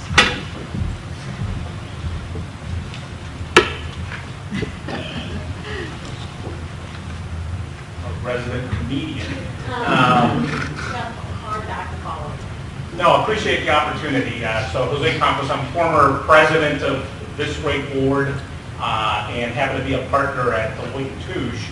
And so what I was asked to share is a little bit on Big Four firm opportunities and perspective. And so prepared a couple of slides for the benefit of the group. I guess I've got to move this. On this slide, you can see there are many different paths that an accounting student, graduate can take. And so laid out a number of them here. Certainly professional services, Big Four firm, which is what I'll primarily talk about, is but one of the many different possibilities. Investment banks, financial services, smaller firms as well, be it national, regional, lots of different opportunities, and they each have different kinds of, certainly early in your career, experiences that you would have.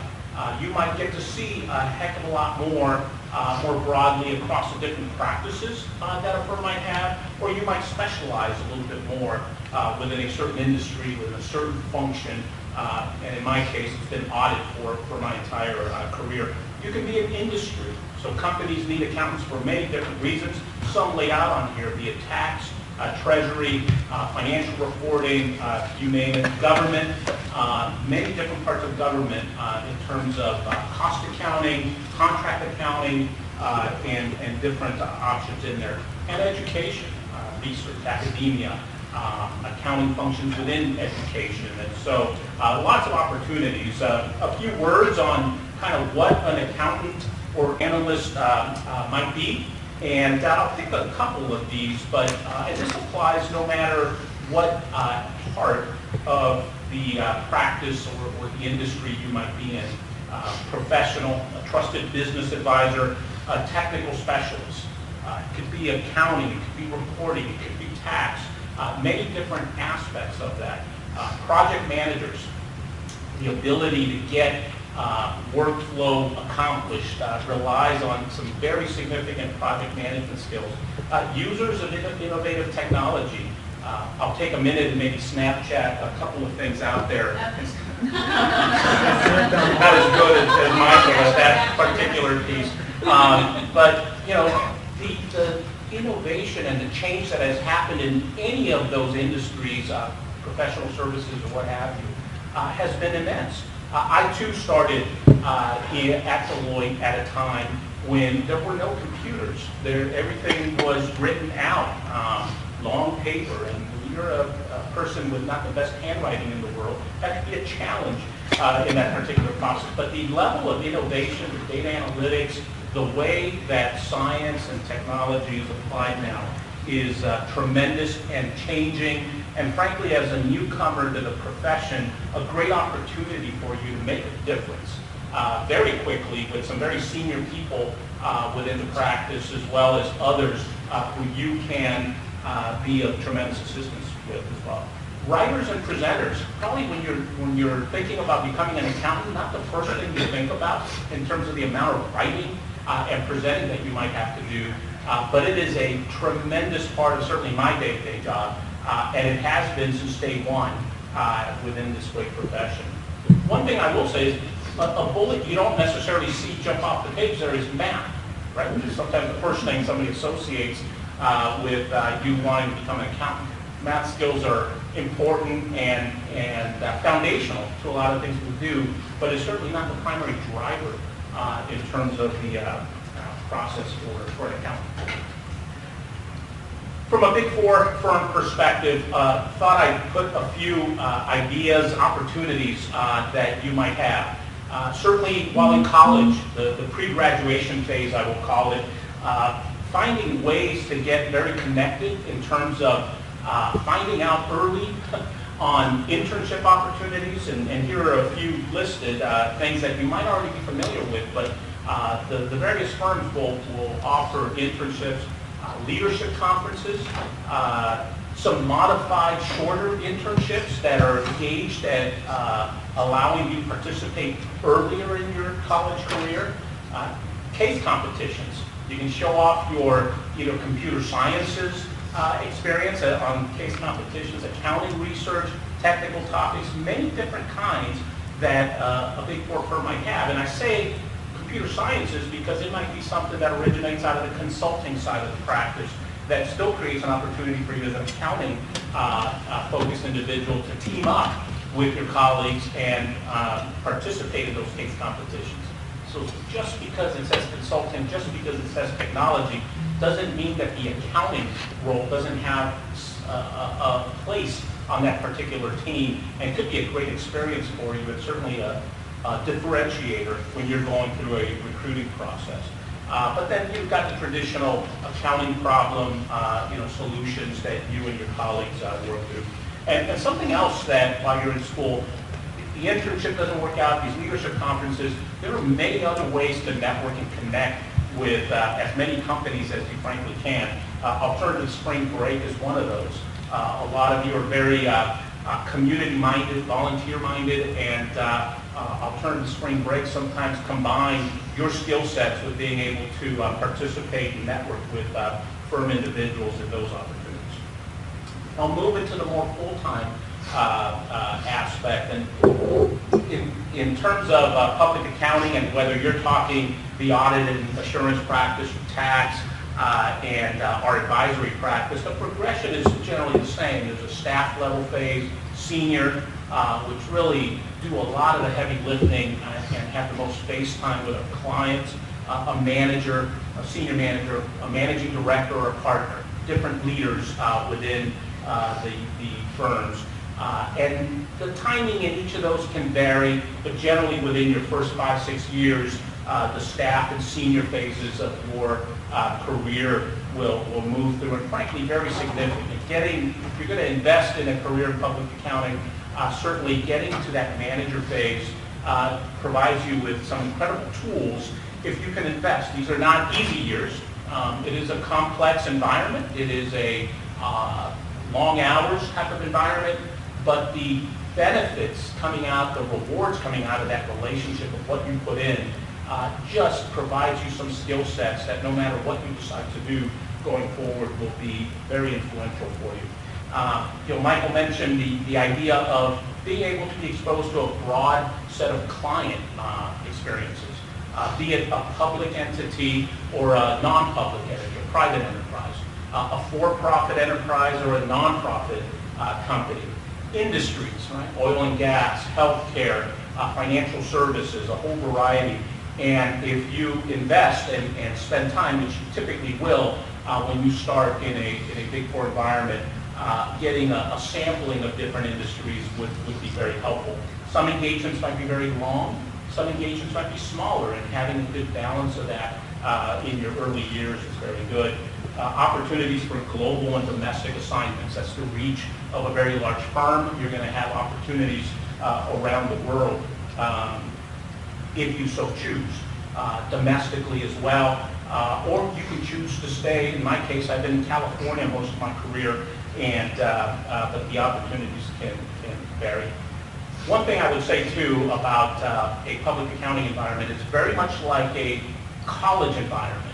And what I mean by that, yeah, you've got your client work, your projects in whatever phase you've decided to participate in, just like your academic coursework, say, on a college campus. But the extracurricular activities, which in your case might allow you to follow your passion in different areas, the same appears in the professional services environment, where there might be opportunities outside of those client assignments, be it external boards, be it recruiting, be it volunteer activities, and an opportunity and a platform for you to share your experiences back with other professionals and maybe garner others to volunteer in the same way that you are, or gather support from the firms that you might be at in your process there. So just a few words there on the opportunities.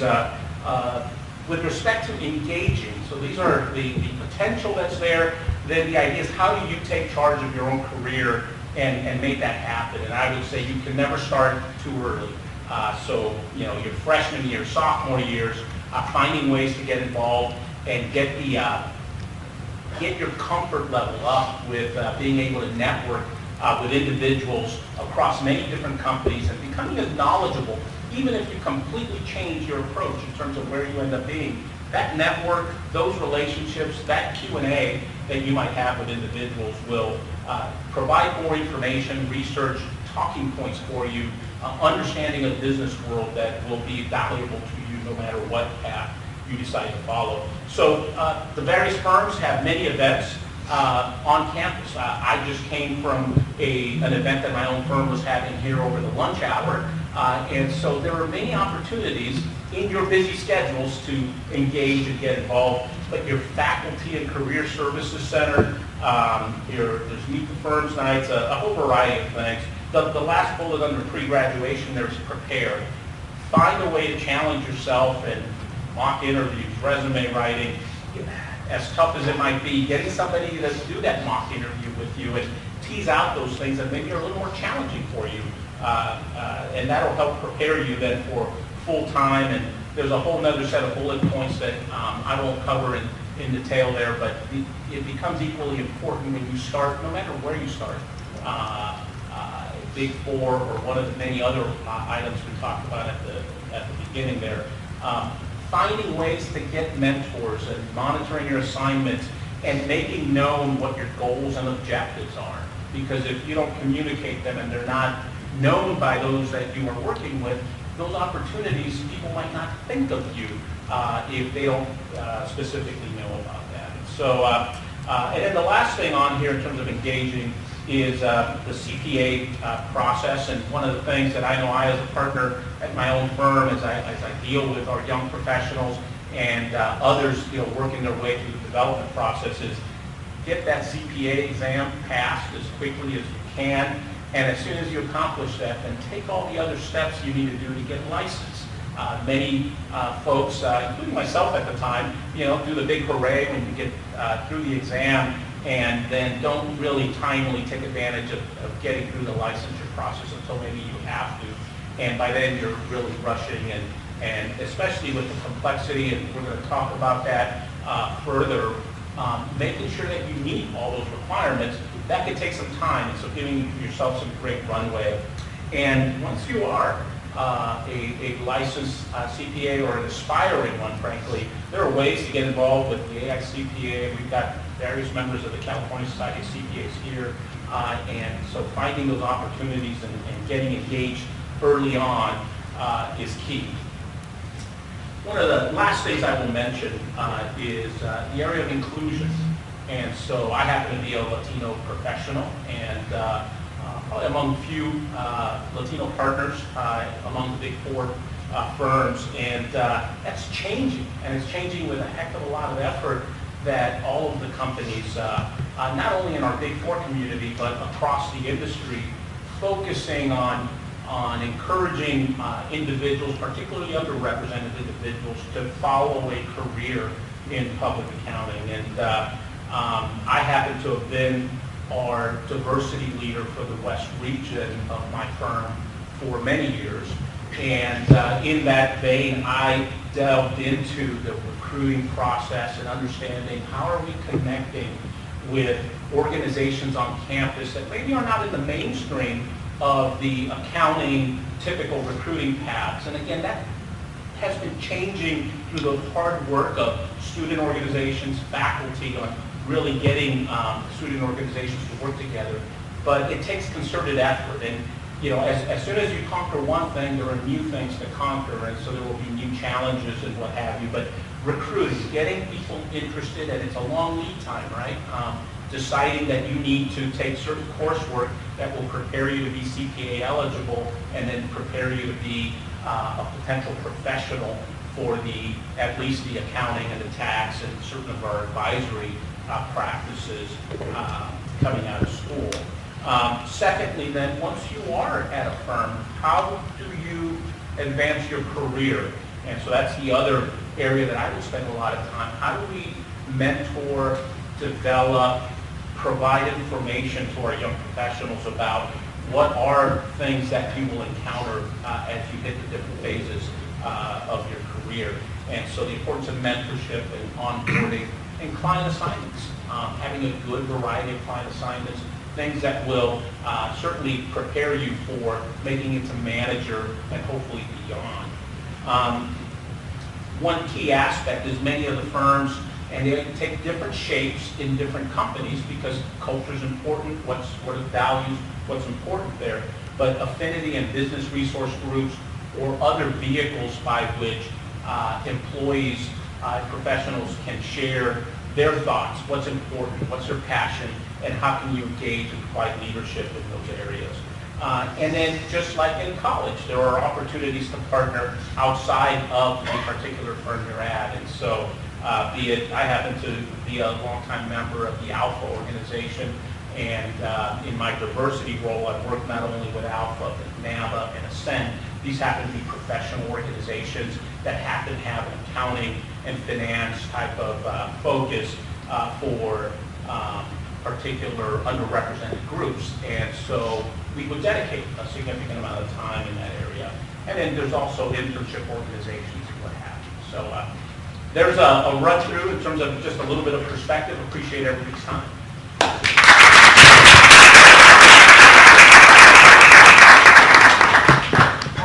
Mr. Campos for that. I Snapchatted all your stuff, so here you go.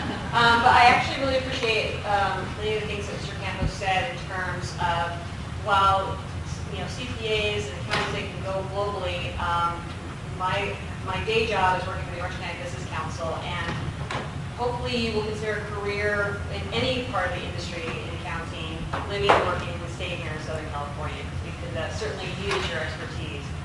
So I'd like to go ahead and introduce now Ms. Johnson, who is the current chair of the California Society of CPAs, Board of Directors, and a council member of the American Institute of CPAs. She is the owner of the accounting firm CPA Forensic Plus. Ms. Johnson is a CPA. Oh, there she is. Okay. Is a CPA, a CGMA, and earned her MBA from Pepperdine University. She is an adjunct professor at California State University San Bernardino, Cal Poly Tech, the University of Redlands, and the University of California, Riverside. So it's a pleasure to have you here today. Okay, so wow, what a great time, a wonderful time if you are looking to get your CPA license or get into just the accounting profession. This is an awesome time to be there, given all of the technology, given all of the opportunities. You've got people like me and Mr. Savoy who might be retiring soon. So there's lots of opportunities if you want to get into this profession. But also, just like Mr. Savoy, I just want to let you know I also have 9 things.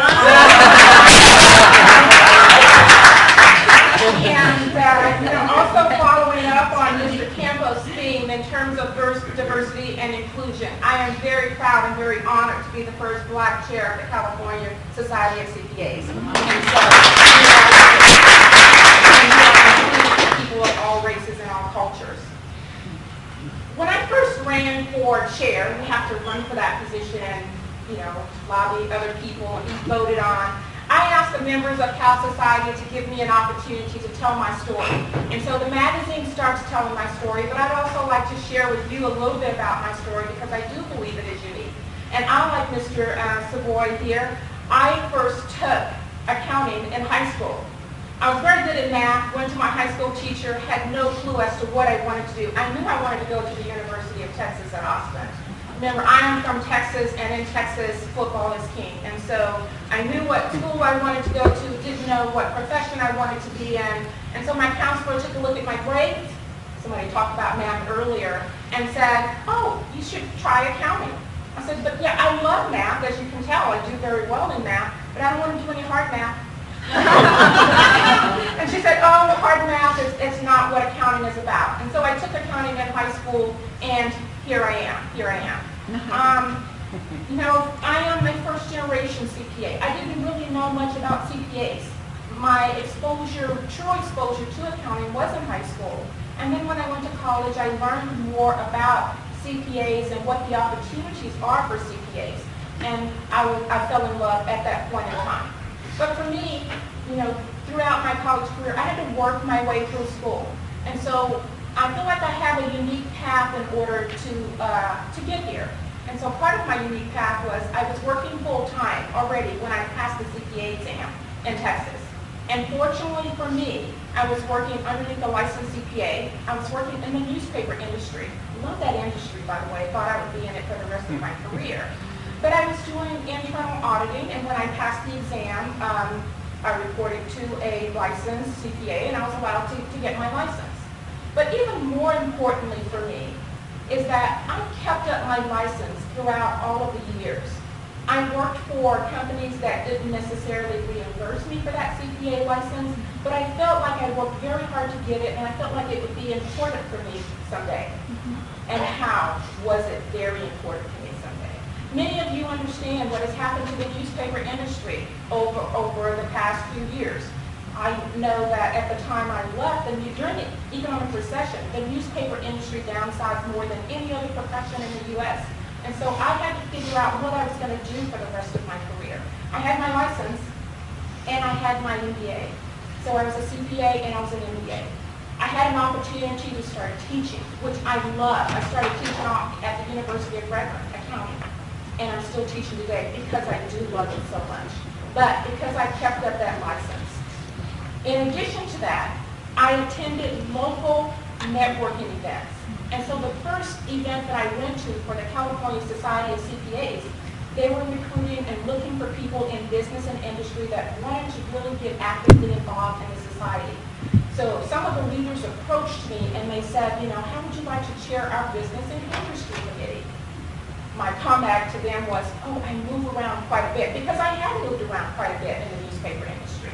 And I said, I'm not sure I can fulfill that commitment. I generally move around every 2 to 3 years. Well, I've been here now for 15 years in the state of California. I love California, by the way. And so they wouldn't take no for an answer. They invited me to the leadership conference as their chair of business and industry. And 15 years later, I am chair of Cal CPA. And so getting that license, I heard Mrs. Ford talk about getting your license early on and keeping up with that license. It's about being prepared for opportunities when they present themselves. When I left the newspaper industry, I had an opportunity to relocate out of California for a CFO position, but I chose to stay here in California because I felt in my heart that I would be able to find something that would help me afford my standard of living that I was used to and enjoy what I was doing. I met a guy who had a forensic accounting firm, and he was looking for someone to partner with him and one of his staff who had not yet passed the CPA exam. And so that's how I got into forensic accounting. So again, I was there and I was ready to take advantages of opportunities that presented themselves. All of this networking of the people that I met through the California Society of CPAs. They didn't abandon me once I got my firm. They started sending me clients to help me continue and grow my firm. So networking is very, very key. Networking is important, it pays off, and your society is there to help you, whether or not you are an incoming student who's looking to figure out what profession you want to go to school for, whether you're a current student getting ready to graduate, or whether you're ready to take the CPA exam, or young and emerging professional. So I want to share with you just a few of the benefits that Cal CPA has to offer. We have networking, lots of networking. I tell my students you can never network too much, but there's a lot of networking and career opportunities. There's a career center which posts resumes, and you can see job openings. We have events on campus, such as campus fairs, student luncheons, as well as financial literacy. And I believe in financial literacy so much, it is a part of my goal this year to participate in as many financial literacy programs as possible. We are uniquely qualified to help out in this area. And so I believe it's very, very important that we give back. And one way for me to give back is by participating in financial literacy presentations. Other connections with our chapters, the California Society of CPAs, we have 14 chapters all across the state. The one that I belong to is the Inland Empire chapter, but I feel like I'm a part of one big family. We have over 44,000 members. I have a small firm. I'm the only CPA in that firm now, by myself. And I have some staff. I have some contract CPAs, but I feel like I'm a large firm because there's 44,000 touch points out there. When I have a question, when I need to connect with someone, there's networking opportunities out there for me. I reach out to another Cal CPA member. We have new licensee events. I can't tell you how bubbly I felt when I finally passed that CPA exam. I was in Texas, and the Texas State Board of Accountancy put on this big thing at the university, and all of my family, from miles around came to help and celebrate with me. I felt very, very excited. And so the California Society of CPAs, we do that now. We try and help you celebrate as you pass that CPA exam and to honor your accomplishment, to help you get started in your future career. You can attend other chapter events. I will be attending another event for the Inland Empire. It's called our ABC event, Attorneys, Bankers, where we get attorneys, bankers, and accountants together. We have young networking events.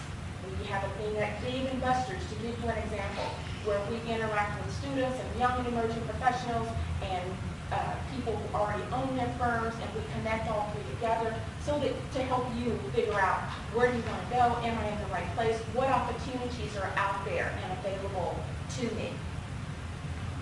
One of the other things, and this will open up your eye, the Cal Society of CPAs, we give out over $300,000 annually in scholarships.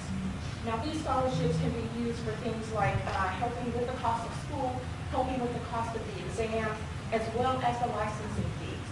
And so we want to give back to our community, as well as giving out those scholarships. We have lots of leadership opportunities. Now, I can tell you, or my brothers will tell you, that I've always wanted to be a leader my entire life. I'm the only girl that I have three brothers, and they'll tell you I was bossing them around their entire lives. Okay. Jack in the Box, my high school, I rose to a manager. I wanted to be in charge. I wanted to be in charge of my own life, my own career, what I want to do in life, what I want to get out of life. But leadership is more than about bossing people around. It's more than about being in charge. It's about helping an organization or helping a group of people achieve their goals. It's about being a mentor. It's about working with others and helping the group achieve their goals. Cal CPA provides an opportunity for you to do that, no matter what level of career you're at. Whether you're a student, whether you're a young and emerging professional, or whether you have already been in the profession for a while. I can tell you, I took one of Cal CPA's leadership classes when I was the Vice President of Finance for the Los Angeles newspaper group. I've been in business and industry for a long time, but you can always refine your leadership skills. And so Cal CPA provides those opportunities at all levels of your career. Other things that we do is we serve We serve as the face, or you are really the face of the next generation of CPAs. And so what Cal CPA does is we have campus ambassadors at over 29 campuses here in the state of California. Our campus ambassadors help spread the word about the benefits, the opportunities of networking and working with members of Cal CPA. Some of these people also serve as student reps to our boards, our local chapter boards, which also provides additional leadership opportunities.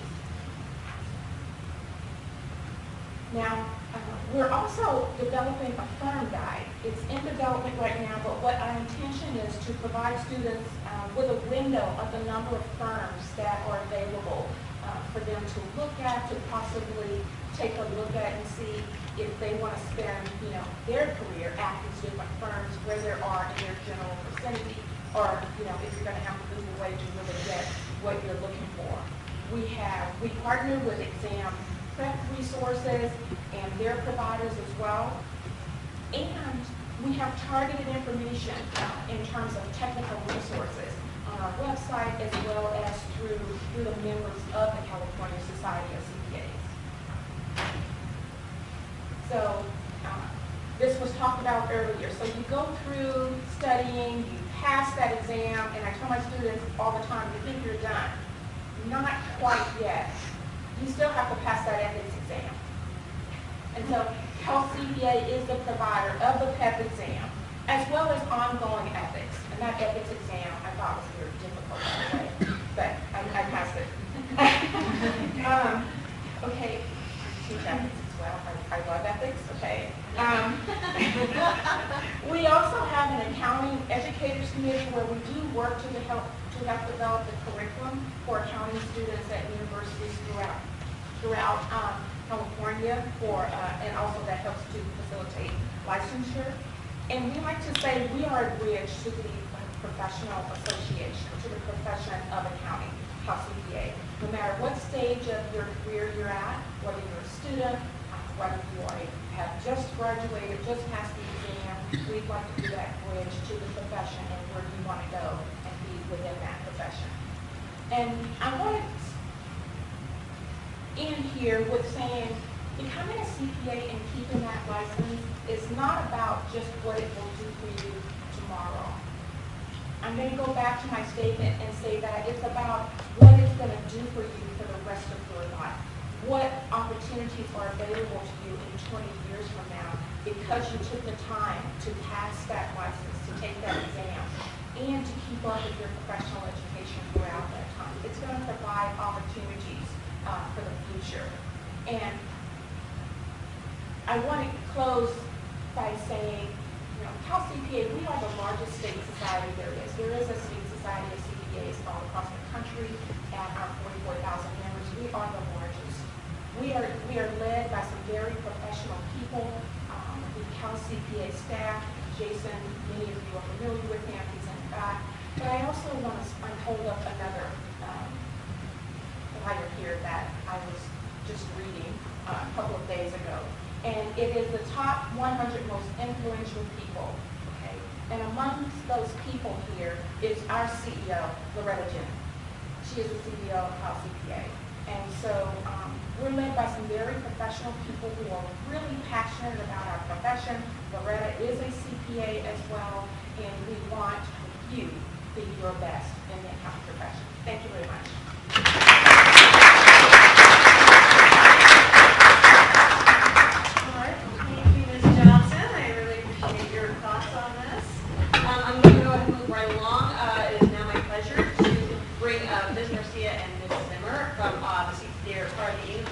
Examination and CPA licensure requirements, and they will get an overview of their requirements.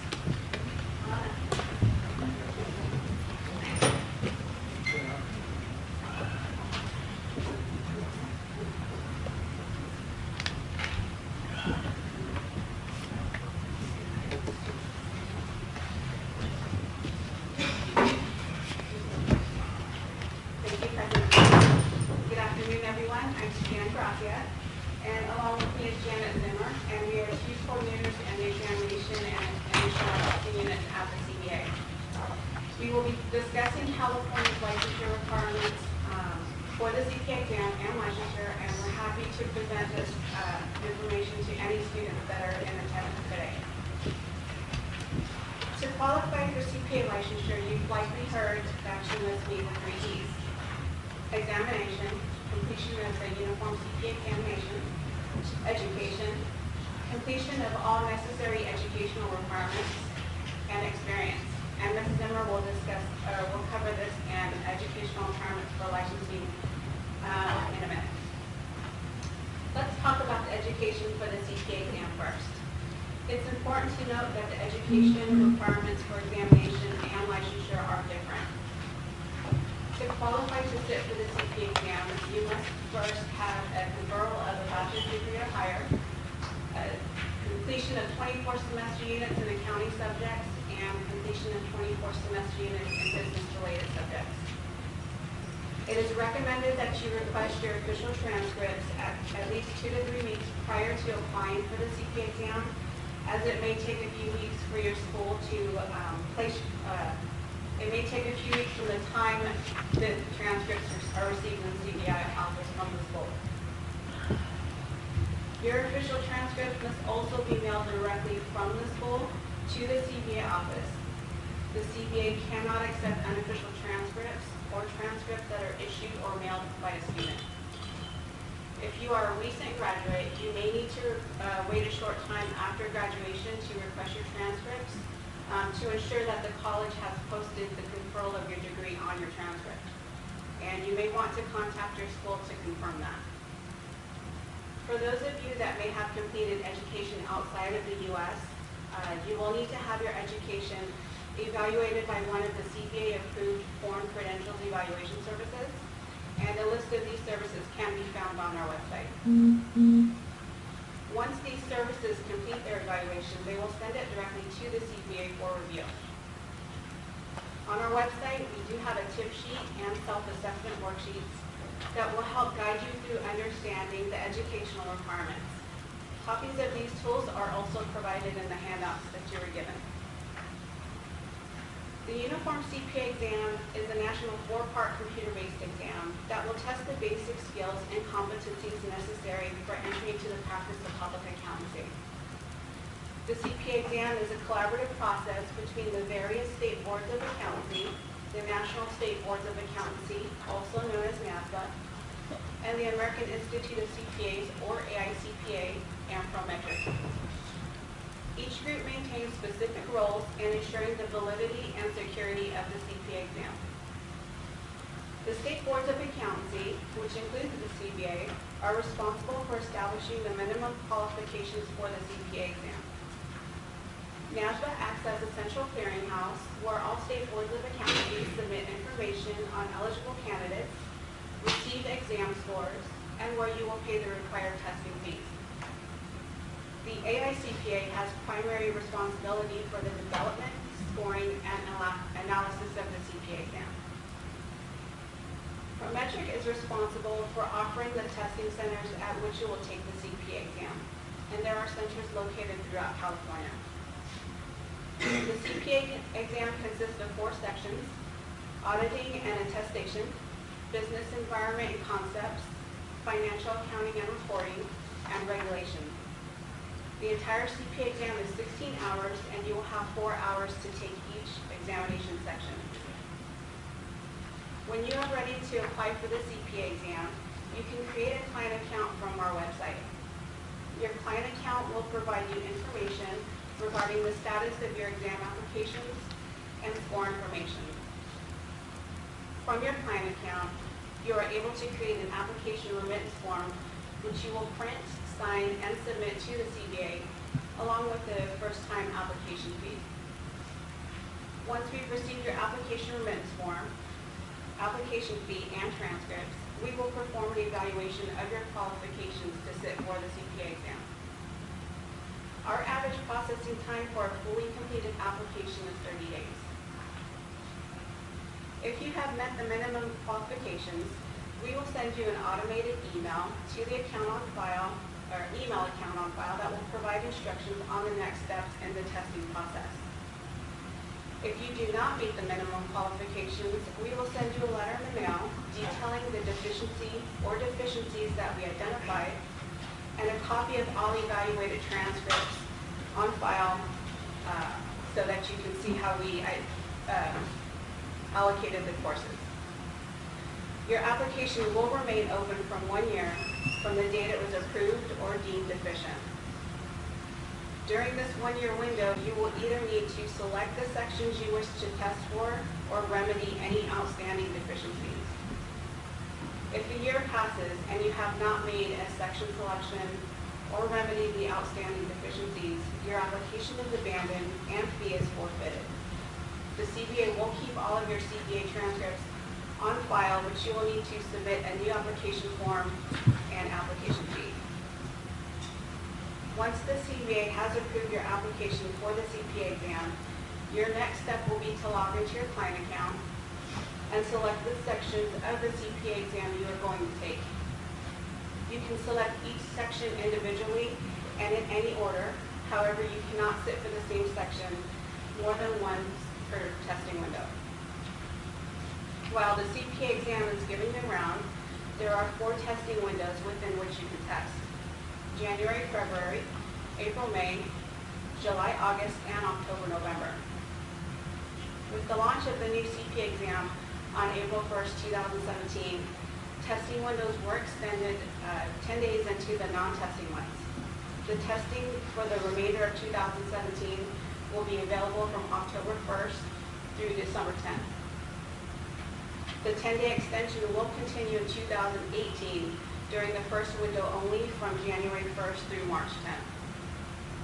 When selecting how many sections you wish to test for, during the next 9 calendar months, you should take into consideration your work schedule, available study time, and personal commitments, because the section fees you pay to NASBA are non-refundable. After you make your section selection, the CBA will transmit your authorization to test to NASBA, and you will receive a payment coupon for the selected sections, which you will need to pay within 90 days. After you pay your fees to NASBA, you will receive a notice to schedule, commonly referred to as an NTS, that will be valid for 9 months from the date issued. You must schedule and sit for the selected sections within this 9-month period. Any discrepancies, you should review your NTS thoroughly to ensure that the spelling of your name exactly matches the spelling of the name on the valid identification cards you intend to bring with you to the testing centers. Any discrepancies could result in you being denied entrance to the exam and result in a forfeiture of all associated fees.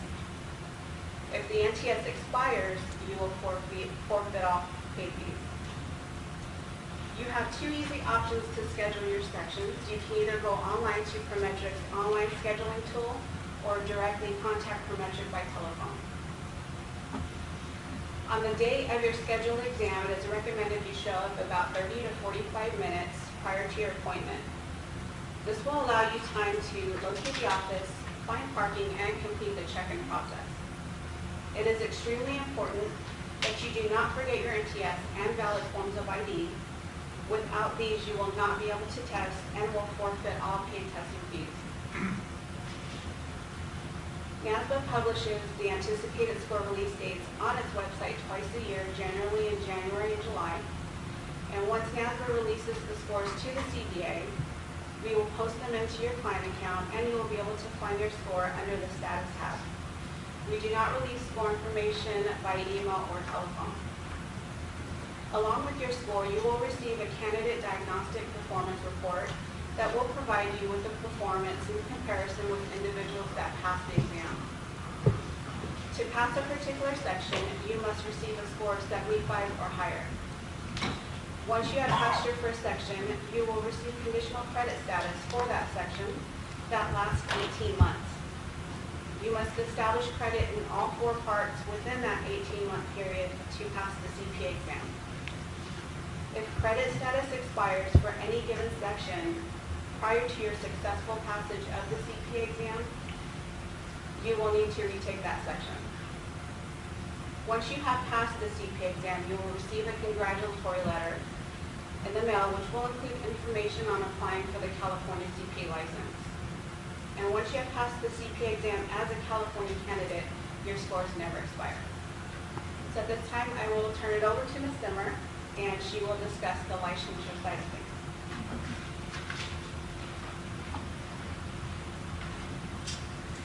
Thank you, Suzanne. Hi, I'm Janet Zimmer. To qualify for CPA licensure, you must first meet the 3 E's. Examination, which Ms. Gracia has already discussed, education, and experience. So let's finish going through these. Pre-licensure, in addition to the exam requirements of a degree, 24 semester units in accounting subjects, and 24 semester units in business-related subjects, we'll also be looking to verify the following education. Completion of a minimum of 150 total semester units, completion of 20 semester units of accounting study, completion of 10 semester units of ethics study, 3 semester units of which must be in courses devoted specifically to accounting ethics or accountants' professional responsibilities. The specific carve-out for 3 semester or 4 quarter units of ethics study in courses devoted to accounting ethics or accountants' professional responsibilities just took effect on January 1st, 2017. It's important to note that while this course does not have to have the terms accounting ethics or accountants' professional responsibilities in the title, the course does need to be devoted to the topic and not just part of the course. Prior to applying for licensure, you will want to make sure that any additional education needed to qualify you for licensure has been submitted via official transcripts to the CBA. Anything that was submitted during the examination process will already be in your file and should not need to be sent in again. Now let's move on to the last of the 3 E's, experience. To qualify for licensure, you must complete a minimum of 1 year of general accounting experience. You can complete your experience requirement in full-time or part-time employment, and it can be completed in public accounting, private industry, or government. All experience must be completed under the supervision of a licensed CPA. Completion of the general accounting experience requirement will allow you to perform all of the services of a CPA with the exception of signing reports on test engagements. If you want to sign reports on test engagements, there's an additional criteria you'll have to complete. You'll need to complete a minimum of 500 hours in attest functions under the supervision of a licensed CPA who is authorized to sign reports on attest engagements. Once you've completed the necessary experience, you should have your employer complete the appropriate certificate of experience form and submit it directly to the CBA. It's a good idea to have your experience form signed and submitted to the CBA as you earn it, regardless of whether you're ready to apply or not. Applicants and supervisors change jobs, they relocate, and it's sometimes difficult to locate your signer at a later date. But don't worry about whether you intend to apply for licensure right after you've completed your experience. Once we receive your experience forms, we'll retain them on file and associate them with your application once it's received. As you prepare to apply for licensure, it's important that you ensure that all necessary requirements are met in order to have as smooth as experience as possible. There's a checklist on our website that will assist you in understanding all of the items necessary to satisfy the licensure requirements. And you'll see that in addition to the 3 E's we've discussed, there are a couple of other items that you must satisfy in order to obtain licensure. And one of them is a bonus 4th E. That is ethics. Completion of the California-specific Professional Ethics Examination, or PET, which is administered online by the California Society of CPAs, CalCPA. Upon successful completion of the exam, CalCPA will send your score to the CPA electronically. Your test results for the PET exam are valid for 2 years. If your application is not submitted within 24 months, you'll have to take the exam again. So you want to keep that in mind. You'll also need to complete a criminal background history check. This is done by submitting fingerprints to the Department of Justice, who will then complete a background check on both the state and federal level.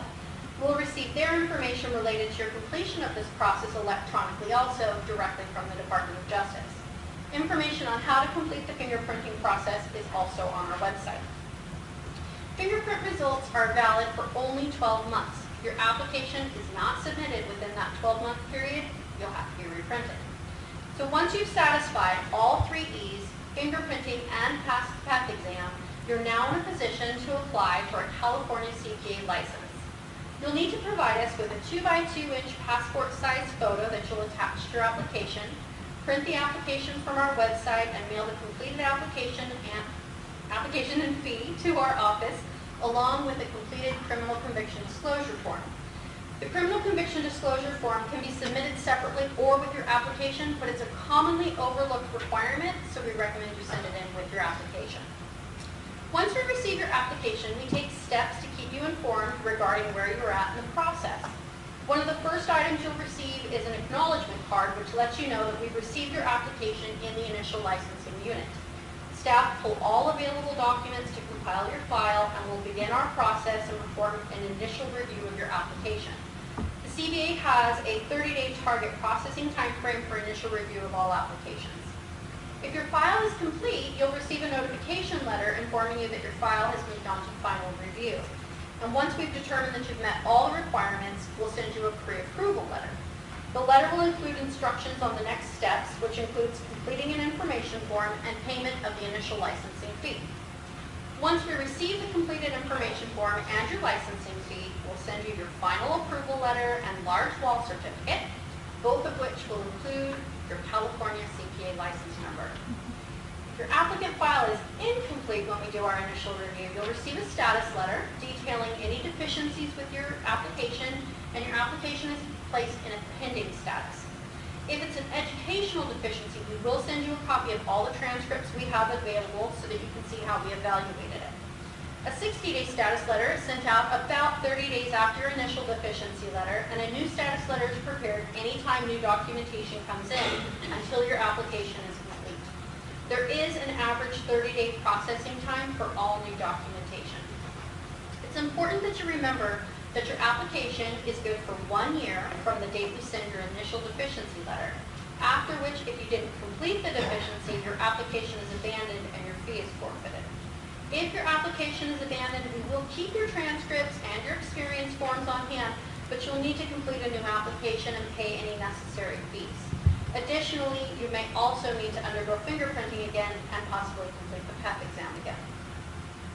There's a wealth of information available to you on our website that will assist you in understanding our requirements to qualify, and that will assist you in preparing for and taking the CPA exam, as well as navigating the initial licensure process. In our applicants section, you'll find the online applications, links to various forms, and most importantly, the Uniform CPA Examination Handbook and the Licensing Applicant Handbook.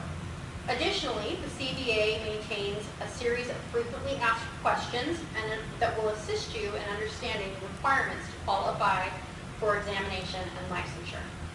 If at any time during your application process we can be of any assistance, we have dedicated staff available to assist you by telephone or email, and you can find our contact information on our website as well as within your handouts today.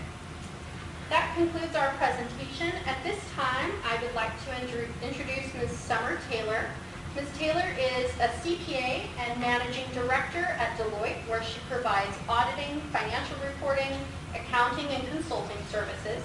She is also the Diversity and Inclusion Leader for Deloitte's Orange County office, and she's currently the first Vice President of the Cal CPA Orange County Long Beach chapter, and is an award-winning instructor for the Cal CPA Education Foundation. Welcome, Ms. Taylor.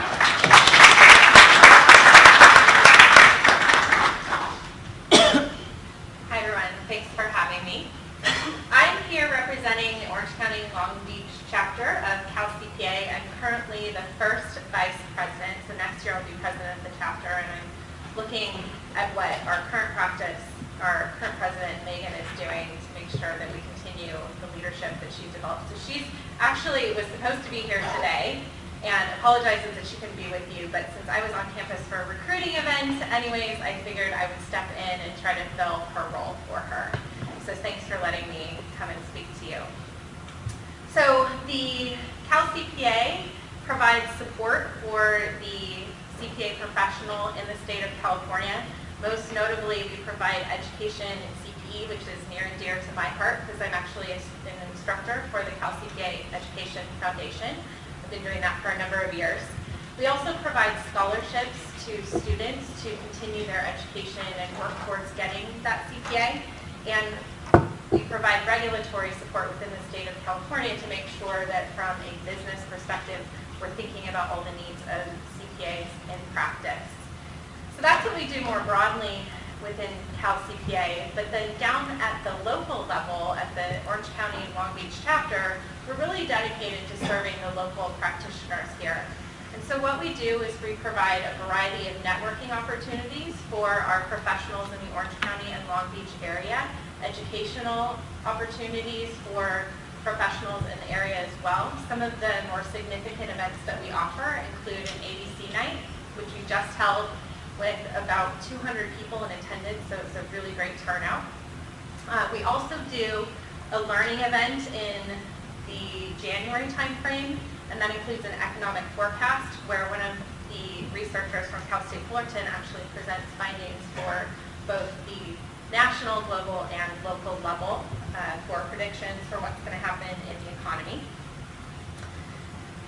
Speaking to the students here in the room, we also have a Young and Emerging Professionals Networking Association that plans events for young professionals in the network. And so that's a great chance to connect with your peers and those that are just entering into the industry and learning. So that's a great opportunity to get to know people.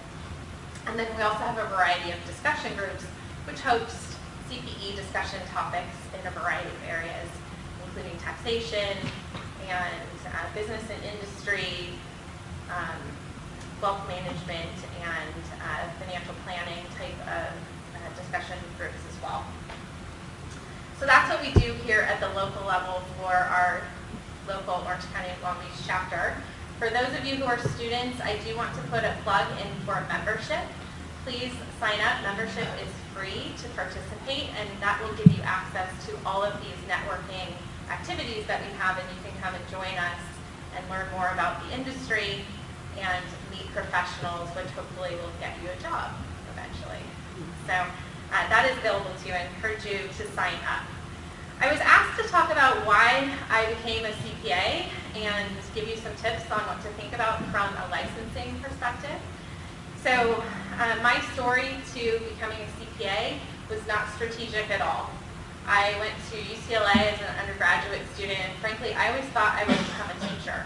And that's what my mom did as a profession. She was a single mom, and so she was kind enough to help support my education and pay for an UCLA tuition. However, she was very clear when I went off to school on day one that I had 4 years and 4 years only to complete my education, and after that, I was off the payroll. So I needed to make sure that once I finished those 4 years, I had a job, because she was very clear again that I was off the payroll at that point. And so I evaluated my options when I was at UCLA, and I just happened to take a course from a really wonderful professor. In fact, that's how most of our professionals enter the profession, is because they have one professor that really makes a difference for them when they're in college. That's why introductory accounting is also such an important class for our profession. So my introductory accounting professor was a great instructor. I looked at him and I said, gosh, this guy is not really the stereotypical accountant that I thought I would get to know. And then I started to get to know the firms as well through the recruiting process, and I kind of just took a step back and said, hey, these people are pretty cool. I think I could hang out with them on a long-term basis. And the other thing I really liked about this profession is because of the recruiting process, and because this profession is in such high demand, I knew I would leave after year 4 with a job. And that was very important to me. And so by no strategy of my own, I fell into this. I had a great instructor, and it's turned out to be a really wonderful career. Ironically, you know, I always thought I would be a teacher, and I actually spend about half of my year now doing just that, training other professionals in the industry. So kind of come full circle in what I thought I would do. So for those of you considering a career in public accounting and getting your CPA, it is a worthwhile endeavor, and will introduce you to a variety of options in your career on a long-term basis, even if you don't end up where you originally started. So I'd highly encourage you to do that. Just some things to think about from a licensing perspective. The exam and getting through the exam is very, very important, and it's very difficult to study for the exam while you are working full-time. This is not a 9 to 5 job that we have. Very often you're working long hours, particularly in busy season. And so being able to plan ahead and make time to study is very important. And to the extent that you can do that before you actually start working, that's also very helpful. So think about planning your summer to be able to tackle some of those study moments that you need, or going through a CPA review course, which I'd also highly encourage you to do. The other little bit of advice I have for you, though, is for those of you that are students and you're going to be graduating in the spring, and you would typically start with a public accounting firm in the fall or after the summer time frame, don't study too much. This is a really valuable time in your life that you will not get back. Okay, so study, take advantage of the time, but also take advantage of the little bit of freedom before you start your career, because you're going to be working very, very hard, and it's going to be a long time before you get that amount of time in your personal schedule. So leave a little bit of time for yourself to take advantage of travel or your family or whatever it is that's personally important to you. Take advantage of that time. It's going to be a long time before you get that opportunity again. So how do you get a job? Because that's going to be important to getting licensed. You need to work for a CPA. Some things to think about from a recruiting perspective. Make sure you're on campus and you know the different deadlines that each of the firms have for applications. We go through a pretty rigorous process to set those deadlines, and if you miss them, it's going to set you back a year and you're going to have to come back the next year. So make sure you know the deadlines for applications. Get out there and get to know the firm members. Not all the firms are the same. Not all the cultures are the same. Find the one that is the best fit for you. Not everything's going to be the right fit for everyone. Find the one that you feel most comfortable with, and that will be best in your long-term interests. The other piece of advice I'd offer is, as you're preparing your resume, think about those key experiences that you've had in both your collegiate career as well as outside of college, in work, or maybe some other nonprofit experiences or church experiences that you've had that has really taught you something. What are those skills that they've taught you? And learn to tell the story of what makes you unique, and learn to tell the story of the experiences that you bring to the table that are uniquely yours. That will make you much more memorable to the recruiters that come in and talk to you and interview you.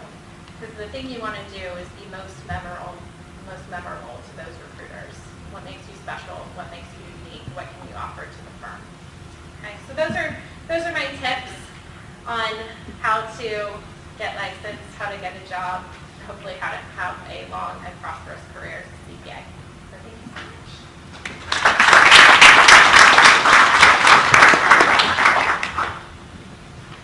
We have a few minutes. If any of the audience has any questions of any of the presenters at all.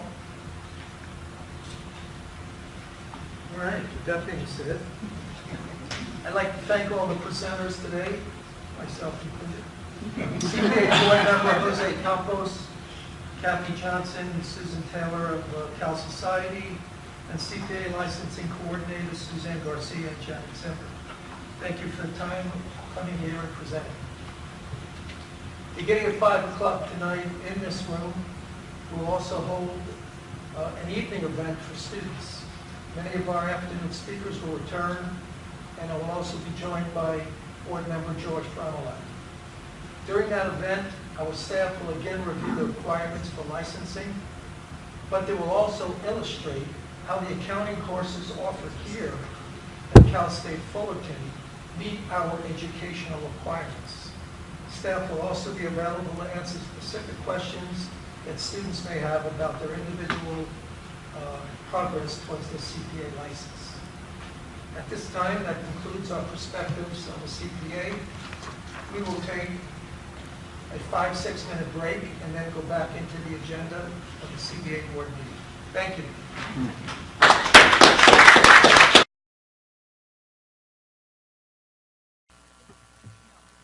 We'd like to reconvene the board meeting at this time.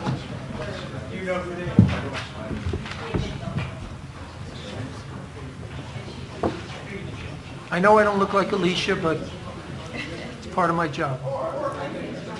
Kathleen. Oh, that's her.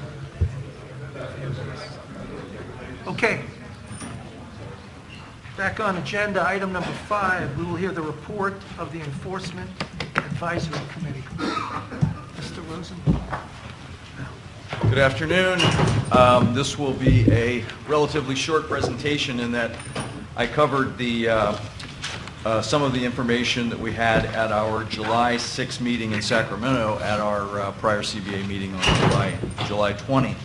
The one thing we did not cover in the July 20 was approval for the 2018 EAC meeting dates.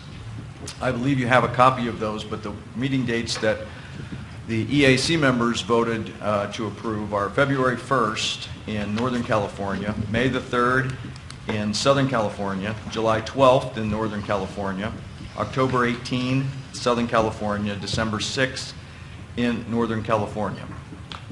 The CBA may choose to adopt or modify the 2018 EAC proposed dates. Our next meeting will be held in October 19 in Burbank.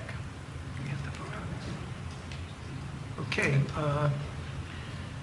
Is that the form motion? I move to adopt the proposed dates for 2018 EAC meetings.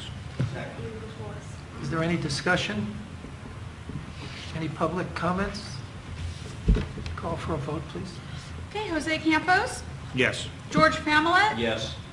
Carrie Ann Farrell Hines, Abstain. Dan Jacobson, Yes. Soshi Leon, Yes. Sunny Young Sun Park, Yes? Michael Savoy, Yes. Mark Silverman, Yes. and Kathleen Wright. Yes. Thank you very much. Thank you. Since there is no report for the Qualifications Committee, no report for the peer review, we will go right to item number 6, Mr. Franzella, a report of the Enforcement Chief. Are we not doing anything with sorry. item 5B2? I missed something. We're deferring 5B2 to the next meeting. Oh, okay.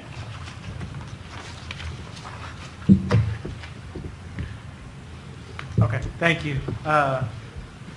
So the agenda item 5.6 is the enforcement, 6A is the enforcement activity report, and it covers the fiscal year-end data for 2016-17 and the first month as of July 31st, 2017 for the current fiscal year, 17-18.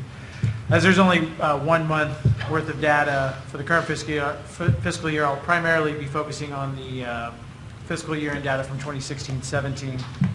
The CBA ended 16-17 with just over 2,500 complaints, and it saw about a 25% increase compared to the prior fiscal year for external complaints.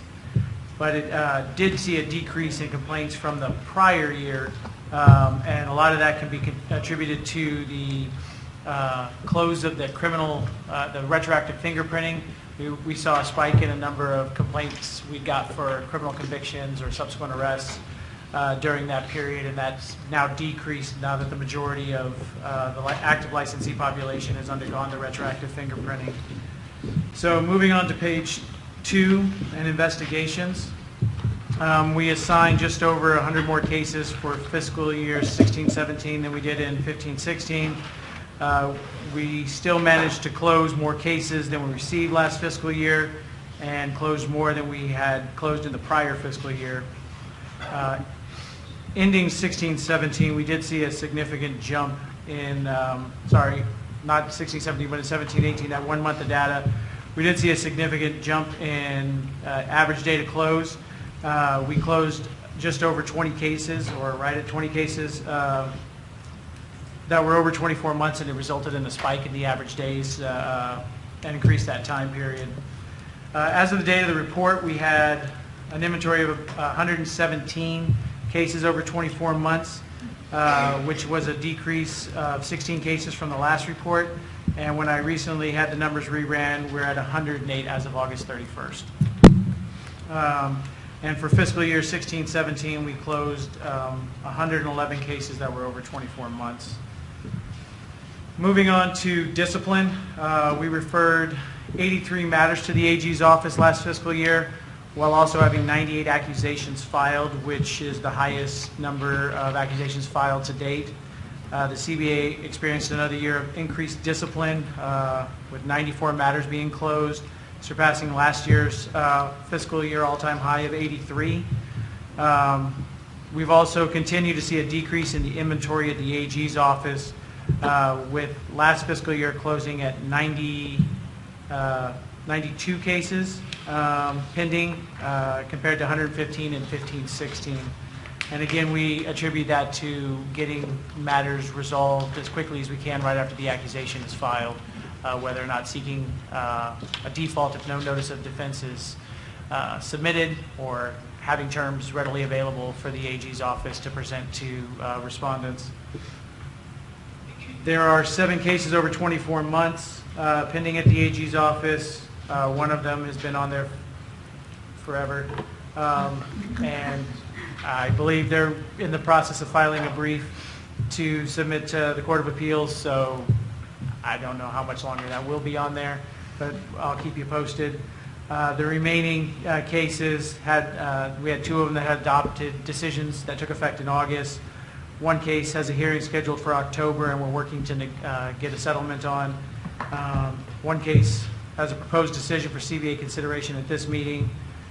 Case has an accusation filed, and we're working to obtain settlement. And one case was recently not adopted by the CBA and will be heard today in closed session.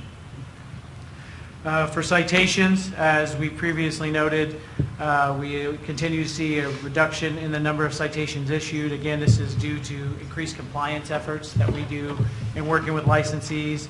And again, the top violation is CE, and it's mainly the 20 and 12 requirement. And we anticipate within the next several months we'll be seeing the 4th time around on the 20 and 12 requirements, so we're talking internally about how best to begin to address those issues should they arise, and I anticipate they will arise. So, moving on to probation monitoring. At the request of Mr. Campos, we added a line item to talk about the number of probationers that came off since the last report, not just the number of probationers that came on, so the numbers kind of reconcile out. As of July 31st, we have 145 probationers, which is the highest the board has had, and it increased by 13 since the last report, and I anticipate that number is going to continue to grow after this meeting.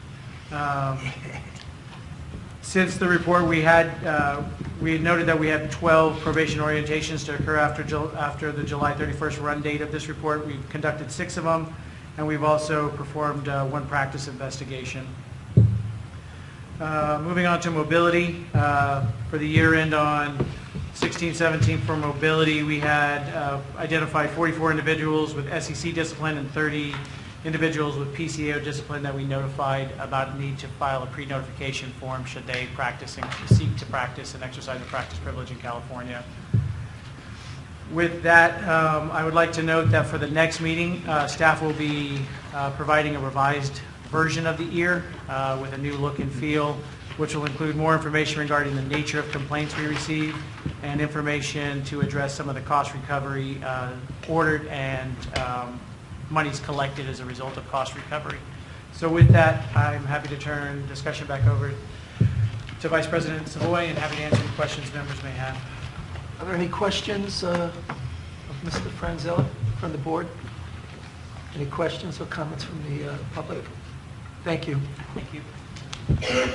We'll now move on to item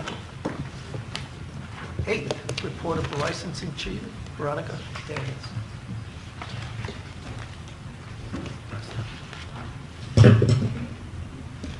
Thank you. First, I'd like to thank Patty and the board for the kind comments earlier today. It's really been an honor and privilege to serve this board under such great leadership and alongside a great staff. I've learned so much, and I feel really very well prepared as I'm entering into this next stage of my career, so thank you. So the licensing activity report, item 8A, reflects statistics for the past 3 fiscal years. I'll be highlighting the most recent fiscal year, 2016-17. Also, there are attachments to this item that I will discuss near the end of my presentation. It was a very busy year for the licensing division staff with the implementation of the new CPA exam, the ethics educational requirement change, as well as our office move. Some statistics have increased, and you may see some statistics lower than previous years, but overall the statistics remain pretty consistent with previous fiscal years. Speaking on behalf of the Licensing Division Chief Gina Sanchez, I'd like to extend great appreciation to all licensing division staff who continually work hard through the changes and challenges that we experienced this year. Turning back to the item, the first page reflects the total population. At the end of fiscal year 16-17, the population was at 103,410. Page 2 reflects the division's contact with our stakeholders. You will notice that the initial licensing unit saw a significant increase in the emails received. This is likely attributed to the change with the ethics educational study requirement that went into effect January 1st of this year. Page 3 begins with the statistics related to the CPA exam. As you can tell in the graph, the first 6 months of the fiscal year, the number of applications for first-time sitters was in line with the previous fiscal years. Beginning in January, we did see a bit of a decline in submissions to take the exam, although we do not have information as to why people do not apply for the CPA exam. We can only assume the release of the new version of the exam had an impact on people applying. Page 4 identifies extension requests from applicants to extend their notice to schedule, which is their approval to sit for a certain section, or to extend a score for a section that is about to expire. Additionally, statistics are captured for the number of individuals who requested and were approved for special accommodations to take the exam. Page 5 begins the statistics for initial licensure. This fiscal year, the CBA has licensed 3,339 CPAs. You will see that 3,817 have applied. There are many factors as to why an applicant does not become licensed, but each applicant has 1 year to complete their application, and after that, they would be required to reapply. Beginning on page 7, these are the renewal-related statistics. Staff reviewed over 42,000 renewal applications during fiscal year 16-17. Of those, almost 7,000 were identified with deficiencies. The renewals unit works with each licensee to ensure compliance in a timely manner. Since there was carryover from the previous fiscal year, staff worked very hard and were able to bring nearly 9,000 licensees into compliance. On page 8, in response to the discussion at the July CBA meeting, we have included statistics in relation to the range and timeframes for exam and licensure applications. The life of an application at the CBA begins in the mailroom, where it is processed and sent to our cashiering unit. There it is batched with similar type applications and cashiered, and once it is brought to the licensing division, it is logged and assigned for initial review. As shown in the table, this can take as little as 8 days or as many as 56 days. I've listed several factors that can affect this time frame. Also included in attachment 1 is the NASBA quarterly report for the first testing window of 2017 for the CPA exam. There is a front and back of the 2-page attachment. The first page is specific to California and includes statistics such as performance and rankings. The second page includes the same statistic criteria, but for all jurisdictions. Attachment 2 is also in response to inquiries made at the July CBA meeting regarding California candidate passage rates for the CPA exam. That concludes my report. I'll turn it back over. Thank you. Are any questions from the public? Yes, Kathleen. Thank you for including the information on passage of the exam. It went down a little bit in 2017. Is that No, that's not because of the new exam. I don't know, do we know why the pass rate went down a little bit? Right. Unfortunately, we don't have details Yeah. as to the reason for that. Okay, thank you so much for your years of service. You will be missed. Thank you. Item 9, committee reports. Are you ready, Mr. Campos? Yes, sir. Mobility Stakeholder Group. Item 9A2 was a written report only. Item 9A3, staff reported that the purpose of this agenda item is to allow the MSG the opportunity to discuss its ongoing role pursuant to BPC Section 5096.21E. The primary role of the MSG as tasked by the CBA is to assist the CBA in determining whether allowing a licensee of a particular state to practice public accounting in California would violate the CBA's duty to protect the public. The MSG discussed various aspects of its ongoing role and decided that it would be best to continue the responsibilities of the MSG, but allow the CBA to choose the framework. The MSG recommends that the MSG continue and that the CBA determine the framework and responsibilities of the MSG. Let me restate the recommendation. The MSG recommended that the responsibilities currently resident within the MSG continue and that the CBA determine the framework and structure of how those responsibilities should be delegated at a future time, if that makes sense to everybody. Do I have a second? Don't need a second. No need. You've already brought it. Any discussion? Public comment? Call for a vote? Jose Campos? Yes. George Pamela? Yes. Carrie Ann Farrell Hines? Yes. Dan Jacobson? Yes. Soshi Leon? Yes. Sunny Young Park? Yes. Michael Savoy? Yes. Mark Silverman? Yes. And Kathleen Wright? Yes. Assume motion carried. Yes. Okay. Item 9A4 is discussion regarding the draft report to the legislature. Staff reported that the original iteration of the draft was comprised of 6 main sections. For this second iteration, staff included some enforcement division statistics for informational purposes to the report. At the last meeting, the MSG requested that staff revise the findings for 2 of the areas covered in this section, including notification requirements and term/expiration.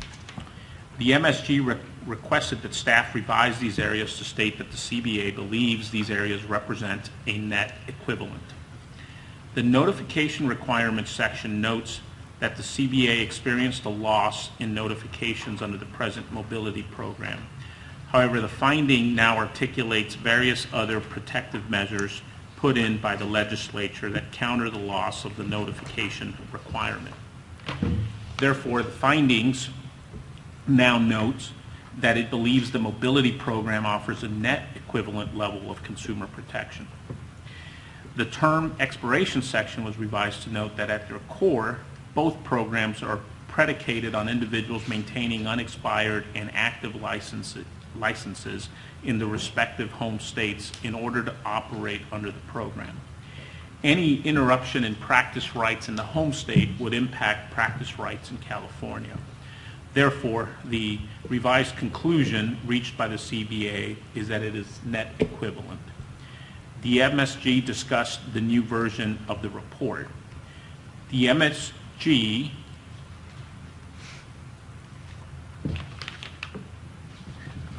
let me read the motion. The MSG recommends that the CBA approve the legislative report and delegate authority to the chair of the MSG working with the executive officer to make non-substantive changes. I only pause because I think this report's coming back to the CBA at the next meeting, or is this the opportunity for the CBA?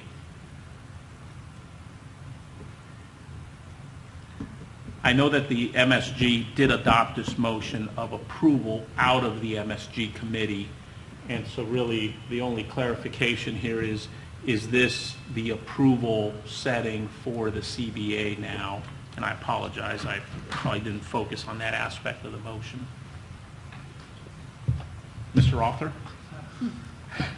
So I believe there will be another opportunity for the board to review the report in November 1, because it'll be put in its final layout version, but also it needs to include some information based on the ongoing possibility of an ongoing function of either the MSG or some type of continued state level oversight will be added into that report. So I think part of it was the motion was really more of an MSG related motion, so that we could work with the chair or the executive officer to finalize that report and then bring it to the CBA without the MSG kind of opining in. I think that's right, and so I think I would withdraw this motion because it's probably more information for the board here that the MSG has approved this report, and really the delegation of authority is, to me, working with the executive officer to ensure that the version that comes before the board in November is the appropriate one, and not to have this go back through the MSG at a November meeting, if that makes sense. And so I don't think that requires a motion to this board, but more information that is where the draft of the legislative report stands currently. So with a final report to go to legislature, was that the end of the duties assigned to the Mobility Task Force originally? The mobility stakeholder group. MSG, yes, I affectionately. That's a separate topic altogether that maybe I'd come back to that one, or was actually part of the topic we just discussed. The answer is no. I mean, technically the responsibilities of the MSG are still present in the regulation and law that we have to abide by. But that was the purpose of the prior item I briefed on, that there will be further discussion on that topic. But in this case, the draft report, the committee has approved it and is ready to send it to the Board of Accountancy. But I think it makes sense to have the board do a final pass at the November meeting, which can then allow for appropriate submission of that before the January 1st, 2018 deadline. Okay. Does that work? Yes. Great. 9A5. We also discussed the potential layout and formatting and process.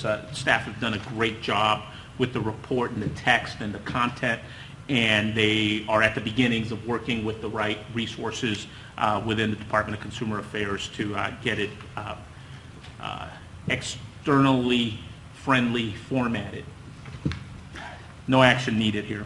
9A6, discussion and possible action regarding the 2017 Mobility Stakeholder Group Annual Report. Staff reported that this annual MSG report contained data and details that span the entire length of the MSG's activities since its formation in 2014.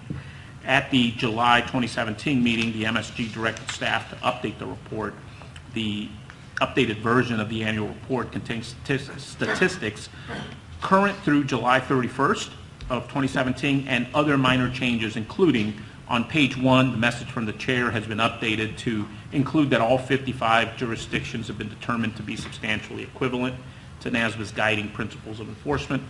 On the bottom of page 12, a footnote was added to clarify phase 2 in the timeline. On page 13, the activities and accomplishments was updated to add details regarding the MSG's July activities. And then on page 14, under the conclusion section, the word mobility was changed to practice privilege program to be consistent with the rest of the report. Staff reported that the statistics will be updated following the end of the calendar year. The MSG recommends that the CBA approve the MSG 2017 annual report and delegate authority to the executive officer to update the statistics following the end of the calendar year. Any discussion? Public comment? The only clarifier on this is this report will be an attachment or an exhibit to the legislative report that's also working its way through the process. Call for the vote, please. Kathleen Wright, Yes? Mark Silverman, Michael Savoy, Yes. Sunny Youngsun Park, Yes. Soshi Leon, Yes. Dan Jacobson, Yes. Carrie Ann Farrell Hines. Yes. George Pamela, Yes. and Jose Campos. Yes. Motion passes unanimously. Concludes my report, sir. Thank you so much. Next report is the Enforcement Program Oversight Committee. Ms. Leon?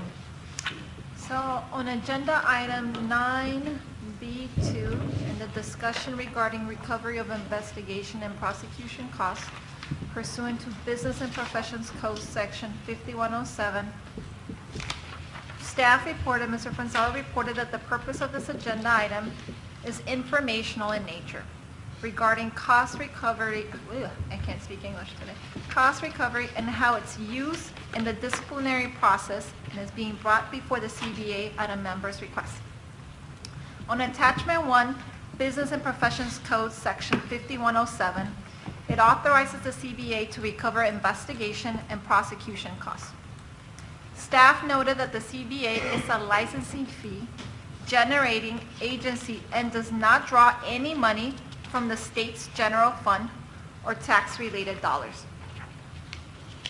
The licensing fees are the sole money used to support the regulatory functions of the CBA. The CBA maintains 18 staff members, primarily charged with performing its investigations. These are permanent members of the CBA, and their salaries are accounted for in the annual budget associated with personnel costs. The CBA's budget is drafted without consideration to enforcement-related income. The CBA orders cost recovery in 2 ways. The first one is proposed decision, and the majority stipulated settlements. On attachment 2, we reviewed a case decided by the California Supreme Court referred to as Zuckerman, which set forth the standards by which a licensing board must exercise its discretion to reduce or eliminate cost awards to ensure the board does not deter licensees with potentially meritorious claims from exercising their administrative hearing rights. In a recent matter decided in order by the CBA, an administrative law judge proposed a reduction in costs, citing Zuckerman in his decision. The CBA adopted and corrected proposed decision, which reduced overall costs. For stipulated settlements, which are the bulk of the disciplinary matters that we review as a team here at the CBA, staff noted that the cost recovery is a standard term and condition of probation. When evaluating cost recovery, Mr. Fonsella indicated he does not and should not consider it to be a penalty, and he maintains an awareness along with the DAG working the matter, Zuckerman. Staff informed the committee that cost recovery is often a primary concern and an important sticking point during the settlement discussions. This is often the one key term that can cause the delay in resolving a matter. As consumer protection is the CBA's ultimate goal, and resolving a matter as quick as possible is of our alignment to our goals, by negotiating reduction in costs, cases oftentimes resolve quicker and protecting the overall consumers. That is my update for our committee. Any comments?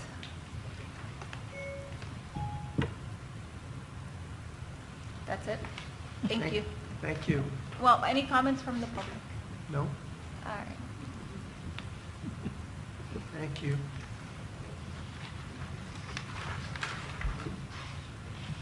Next item, C, Committee on Professional Conduct, Committee Chair George Baum. Thank you.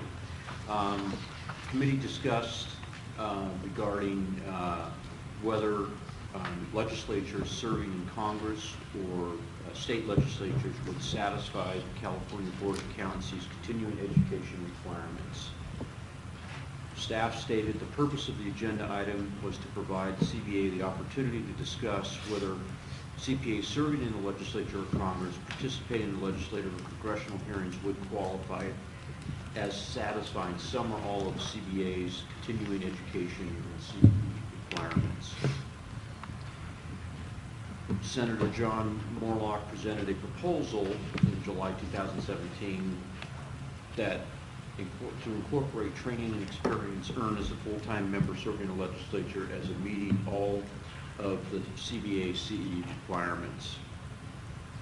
Another proposal was introduced by Congressman Brad Sherman suggesting that participation in congressional hearings is qualifying and satisfying the CBA's CE specific to live presentations. At the request of the CBA, staff provided additional information regarding the both of these proposals and whether they would qualify as acceptable CE within the existing CBA regulations. Staff compared each proposal with CBA regulations sections 88, 88.1, and 88.2. As part of the research, staff reached out to 7 other state board of accountancies. Only Oregon had a limited number of allowable CE hours to be claimed by members of a specific legislative committee. The CPC recommends that the CBA not approve these proposals. Okay, discussion. Yes. On that section, the CBA, I believe, looked at other state CPA societies to determine whether or not they had any equivalency, and I think Oregon had something similar. But at the time that Morlock and Sherman were here, they had asked us to look at the California Bar Association requirements, because CBA, or not CBA, but the Bar Association apparently allows or gives CE credit for legislative service or something along those lines. I didn't have a chance to look at the Bar Association requirements, Yeah, but they did. In the bar, it does have an exemption, but you cannot have any practice at all, is what I was told and shown in the Q&A. So in other words, you cannot even do things for your family or do any practice. But as long as you abide by that restriction, you could get a pass on the CE requirement. for legislative service. For legislature. And so that was discussed and brought up. The other part was that in order for us to do this, we would probably, or they would probably have to propose a statutory fix as opposed, because our regulations are written in such a way that this really does not, exemption does not fit within it because of the requirements of, even if you were to include for speeches or meet under that requirement, you have no mechanism for judging how much of that should be excluded, which is required under the regulations. So I'm more or less in favor of I think where we're going with this, which is not to allow legislative service, but I didn't see anything in the write-up regarding an analysis of what the bar does, and since they had asked for that was the basis of my question. But so the bar does allow it, but okay. Ms. Hines. One thing that has been really was missing notably from Senator Morlock and Congressman Sherman's request was an attention to the fact that the reasons that the mission of the CBA is for the protection of the consumer and the protection of the public. And there was no discussion by either representative about how exempting legislators from, accountants who are legislators, from the continuing education requirement, what impact that could potentially have on the consumers and on the public, and how the CBA should continue to adhere to and follow and respect its mission, of that being our core goal. And so, I would suggest that in talking to, reporting back to Senator Morlock and Congressman Sherman particularly, just making note of that. I think it's also important to note that while they did make comparison to the state bar, my understanding of the state bar is the mission of the state bar is different than the mission of the CBA. The state bar is a professional organization who has a responsibility for protecting the public, whereas the CBA is here for the protection of the consumer and the public. We have a responsibility to protect the consumers and the public, and I don't believe that is, I don't know whether that is part of the mission of the bar.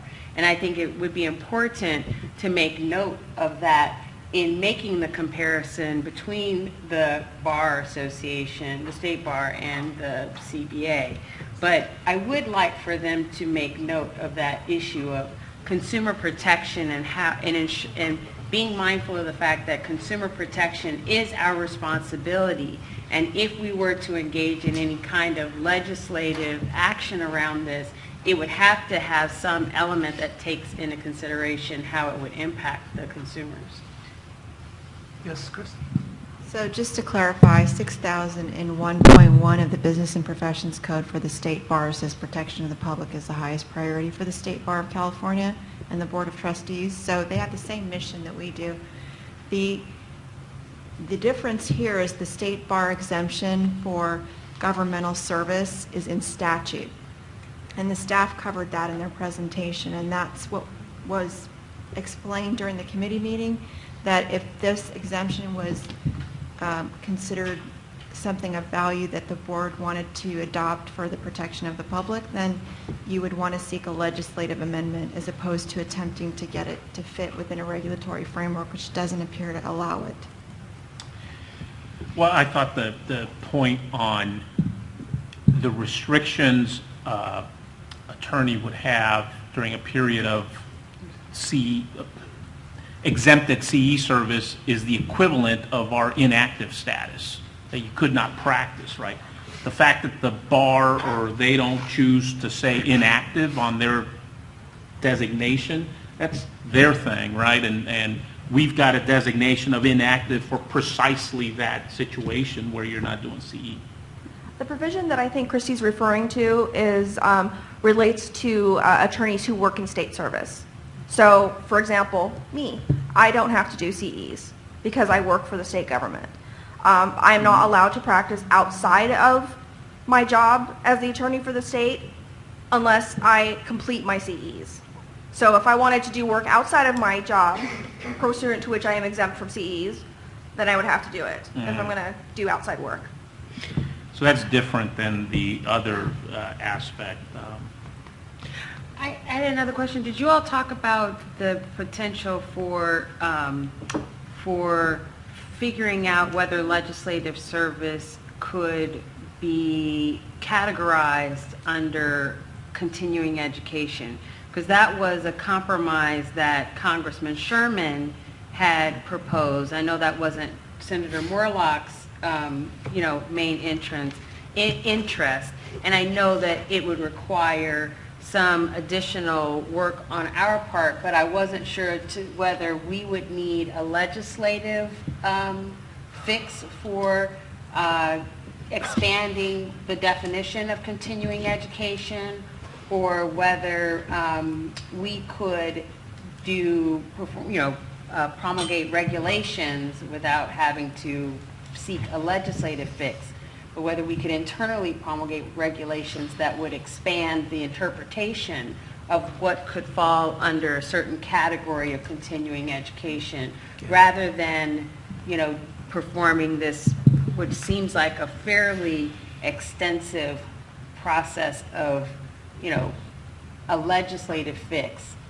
It seems like the regulatory, Yeah, the problem is that we did look at that, and there is a possibility we looked at, you could put it under other learning, under the regulation. The problem is that when you thought about the legislative, activity, then you couldn't meet the other prongs, which was you have to have a measurement mechanism to say or adjust out any part of that actually isn't other learning.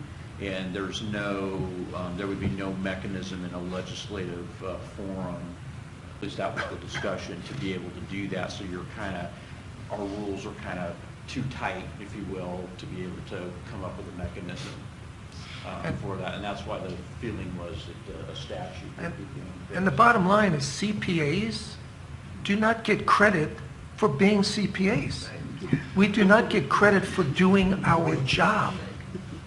We need to go to learning institutions or within our firm that teaches either broadening our skills or sharpening our skills or taking other courses that better us for the protection of the public.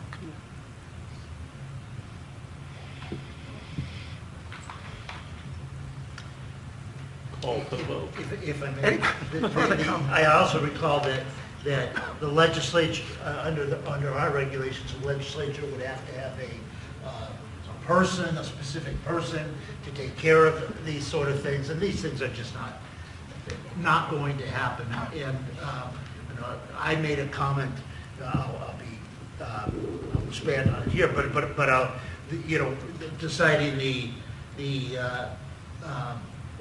what the punishment is for murder, or whether you have whether you need a bicycle license, really doesn't fall under any of the continuing education requirements that we have. Any more comments? Public comments? Call for the vote, please. Okay, Sunny Youngsun Park? Yes.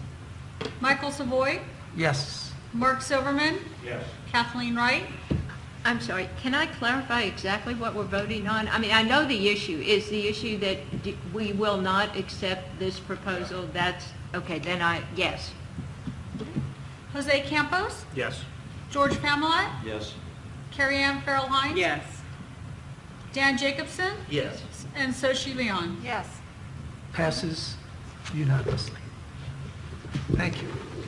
Next item. Item 9C3, related to the possible action to institute a rulemaking to amend Title 16 California Code of Regulations, Section 90. Staff indicated the purpose of this item was to provide the CBA an opportunity to consider taking action to amend CBA Regulations, Section 90, which allows licensees an exemption from or an extension of time to complete the continuing education or CE requirements if certain circumstances have occurred. Staff reported that in January 2014, CBA Regulations 87E and 87-1F were amended to reduce fraud CE requirements from 8 hours to 4 hours. CBA Regulations 90D allows an extension of time to complete the governmental auditing, accounting, and fraud CE requirements for licensees who become subject to these requirements within the last 6 months of their 2-year license renewal period. To be consistent with the amendments made to CBA Regulations 87E and 87-1F, subsection 90D requires an amendment to reduce the fraud CE requirement from 8 hours to 4 hours. The CPC recommends the following motion to the CBA. Approve the regulatory text in the CBA Regulations Section 90. Direct staff to submit the text to the Director of the Department of Consumer Affairs and the Housing Agency for review. Seek a potential Section 100 change if possible. Please note that this motion was split into 2 motions during the subcommittee discussion. Questions, comments? Any discussion? Public comment? Are we calling for one vote or 2? You can roll it into one. We roll it in, even though they took it as 2. We can roll it since you proposed it that way. Okay. Sunny Youngsun Park? Yes. Soshi Leon? Yes. Dan Jacobson? Yes. Carrie Ann Farrell Hines? Yes. George Pamela? Yes. Jose Campos? Yes. Kathleen Wright? Yes. Mark Silverman? Yes. And Michael Savoy. Yes. Motion carries unanimously. Okay, next item is the minutes. I need the adoption of the minutes of July 20th and 21st for the California Board. I'd like one for the Mobility Stakeholder Group. Also on this one is the Committee for Professional Conduct, the Enforcement Program Oversight Committee, and the Qualifications Meeting Committee. I move approval of the minutes at items 10A through 10E as presented. Any discussion? Any public comment?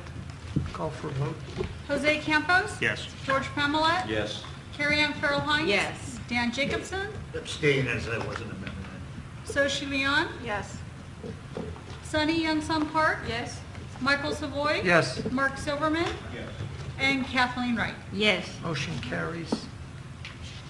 11, other business. American Institute of Certified Public Accountants, no report. National Association of State Boards of Accountancy. B2, Rebecca Reed. The purpose of this agenda item is to provide the CBA with staff proposed responses to the NASBA focus questions. The responses assist the NASBA regional directors with staying apprised of each state's policies, procedures, and recent activities. The CBA may make a motion to approve the attached focus questions or direct staff to make any changes prior to submitting the responses to NASBA. And at this time, I would like to turn it back over to Vice President Savoy and would be happy to answer any questions. Any questions of anyone? Do I have a motion? I move approval of the responses. I second. Any further discussion? Public comment? Call for a vote. Okay. Kathleen Wright? Yes. Mark Silverman? Yes. Michael Savoy? Yes. Sunny Youngsum Park? Yes? Soshi Leon? Yes. Dan Jacobson? Yes. Carrie Ann Farrell Hines? Yes. George Pamela? Yes. And Jose Campos. Yes. Motion carries unanimously. Okay, we'll ask. Item number 3 under B. Mark, do you have a report on the Computer-Based Testing Administration? There's been no activity. Thank you. Kathleen, do you have one on the continuing professional? I do.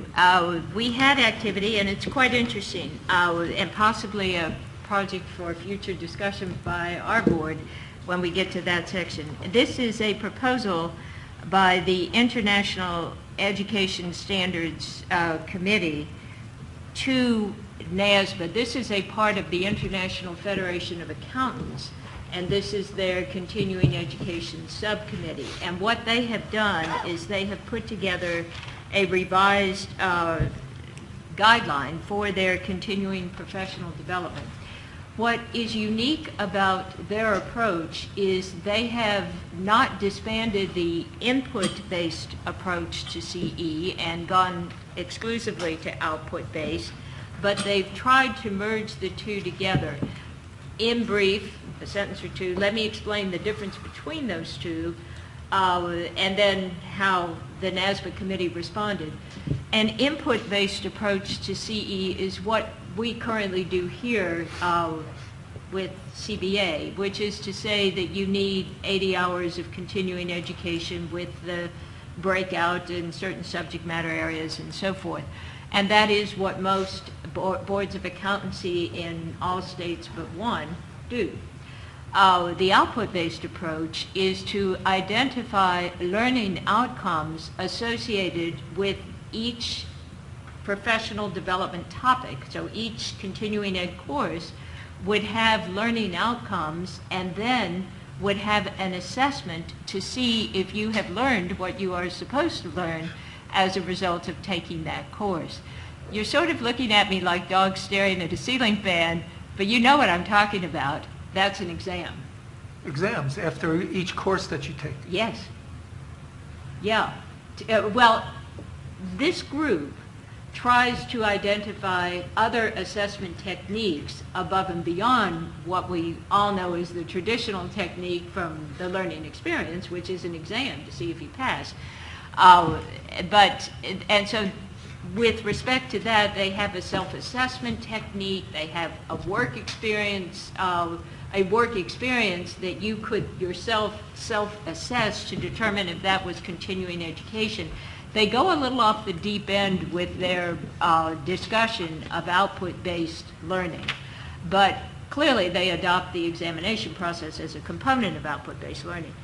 The NASBA committee responded with these types of questions. You need to be more specific with output-based learning. If you're going to use self-assessment, you need to provide more guidelines and criteria as to what would qualify and what the self-assessment would be. And then there's another whole section in here on record keeping as well. So bottom line, they didn't accept it as is. They asked for more explanation and guidance with respect to how they wanted to implement this new approach. Having said that, the Board of Accountancy in the state of Indiana has gone to an output-based approach for continuing education as opposed to an input-based approach.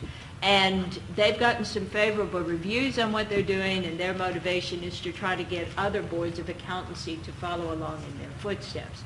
Bottom line, it might be something interesting for us to think about and consider as a future discussion topic, and see if we can come up with, see if we want to do it at all, and if so, if we can come up with a way that would be manageable within the scope of our rules and regulations. Thank you so much for the report.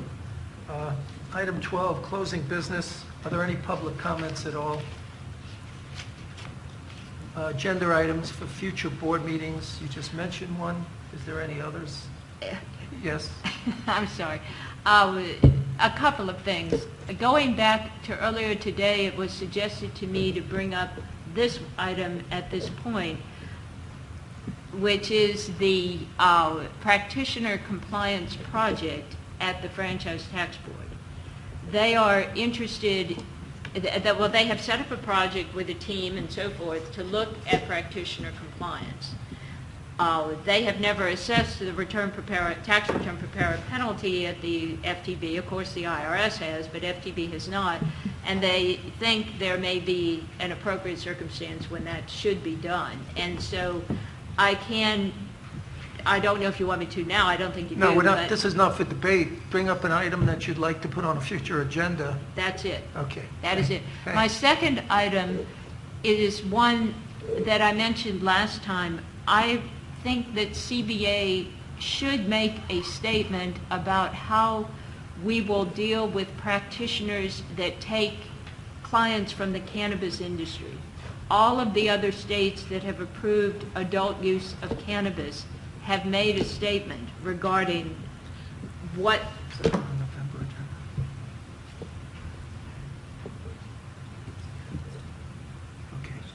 I'll let them talk. Yeah, I mean, this is something we were supposed to have on our agenda. It's been delayed, so Okay. it will be hopefully by January, maybe. Go ahead, tell us what's happening. It's really dependent on the outcome of the Bureau of Cannabis. They reported at our last meeting a presentation. They're working through the regulatory process now. And so in consultation with President Burhow, it's probably premature until we see how the Cannabis Bureau and some of the regulations roll out.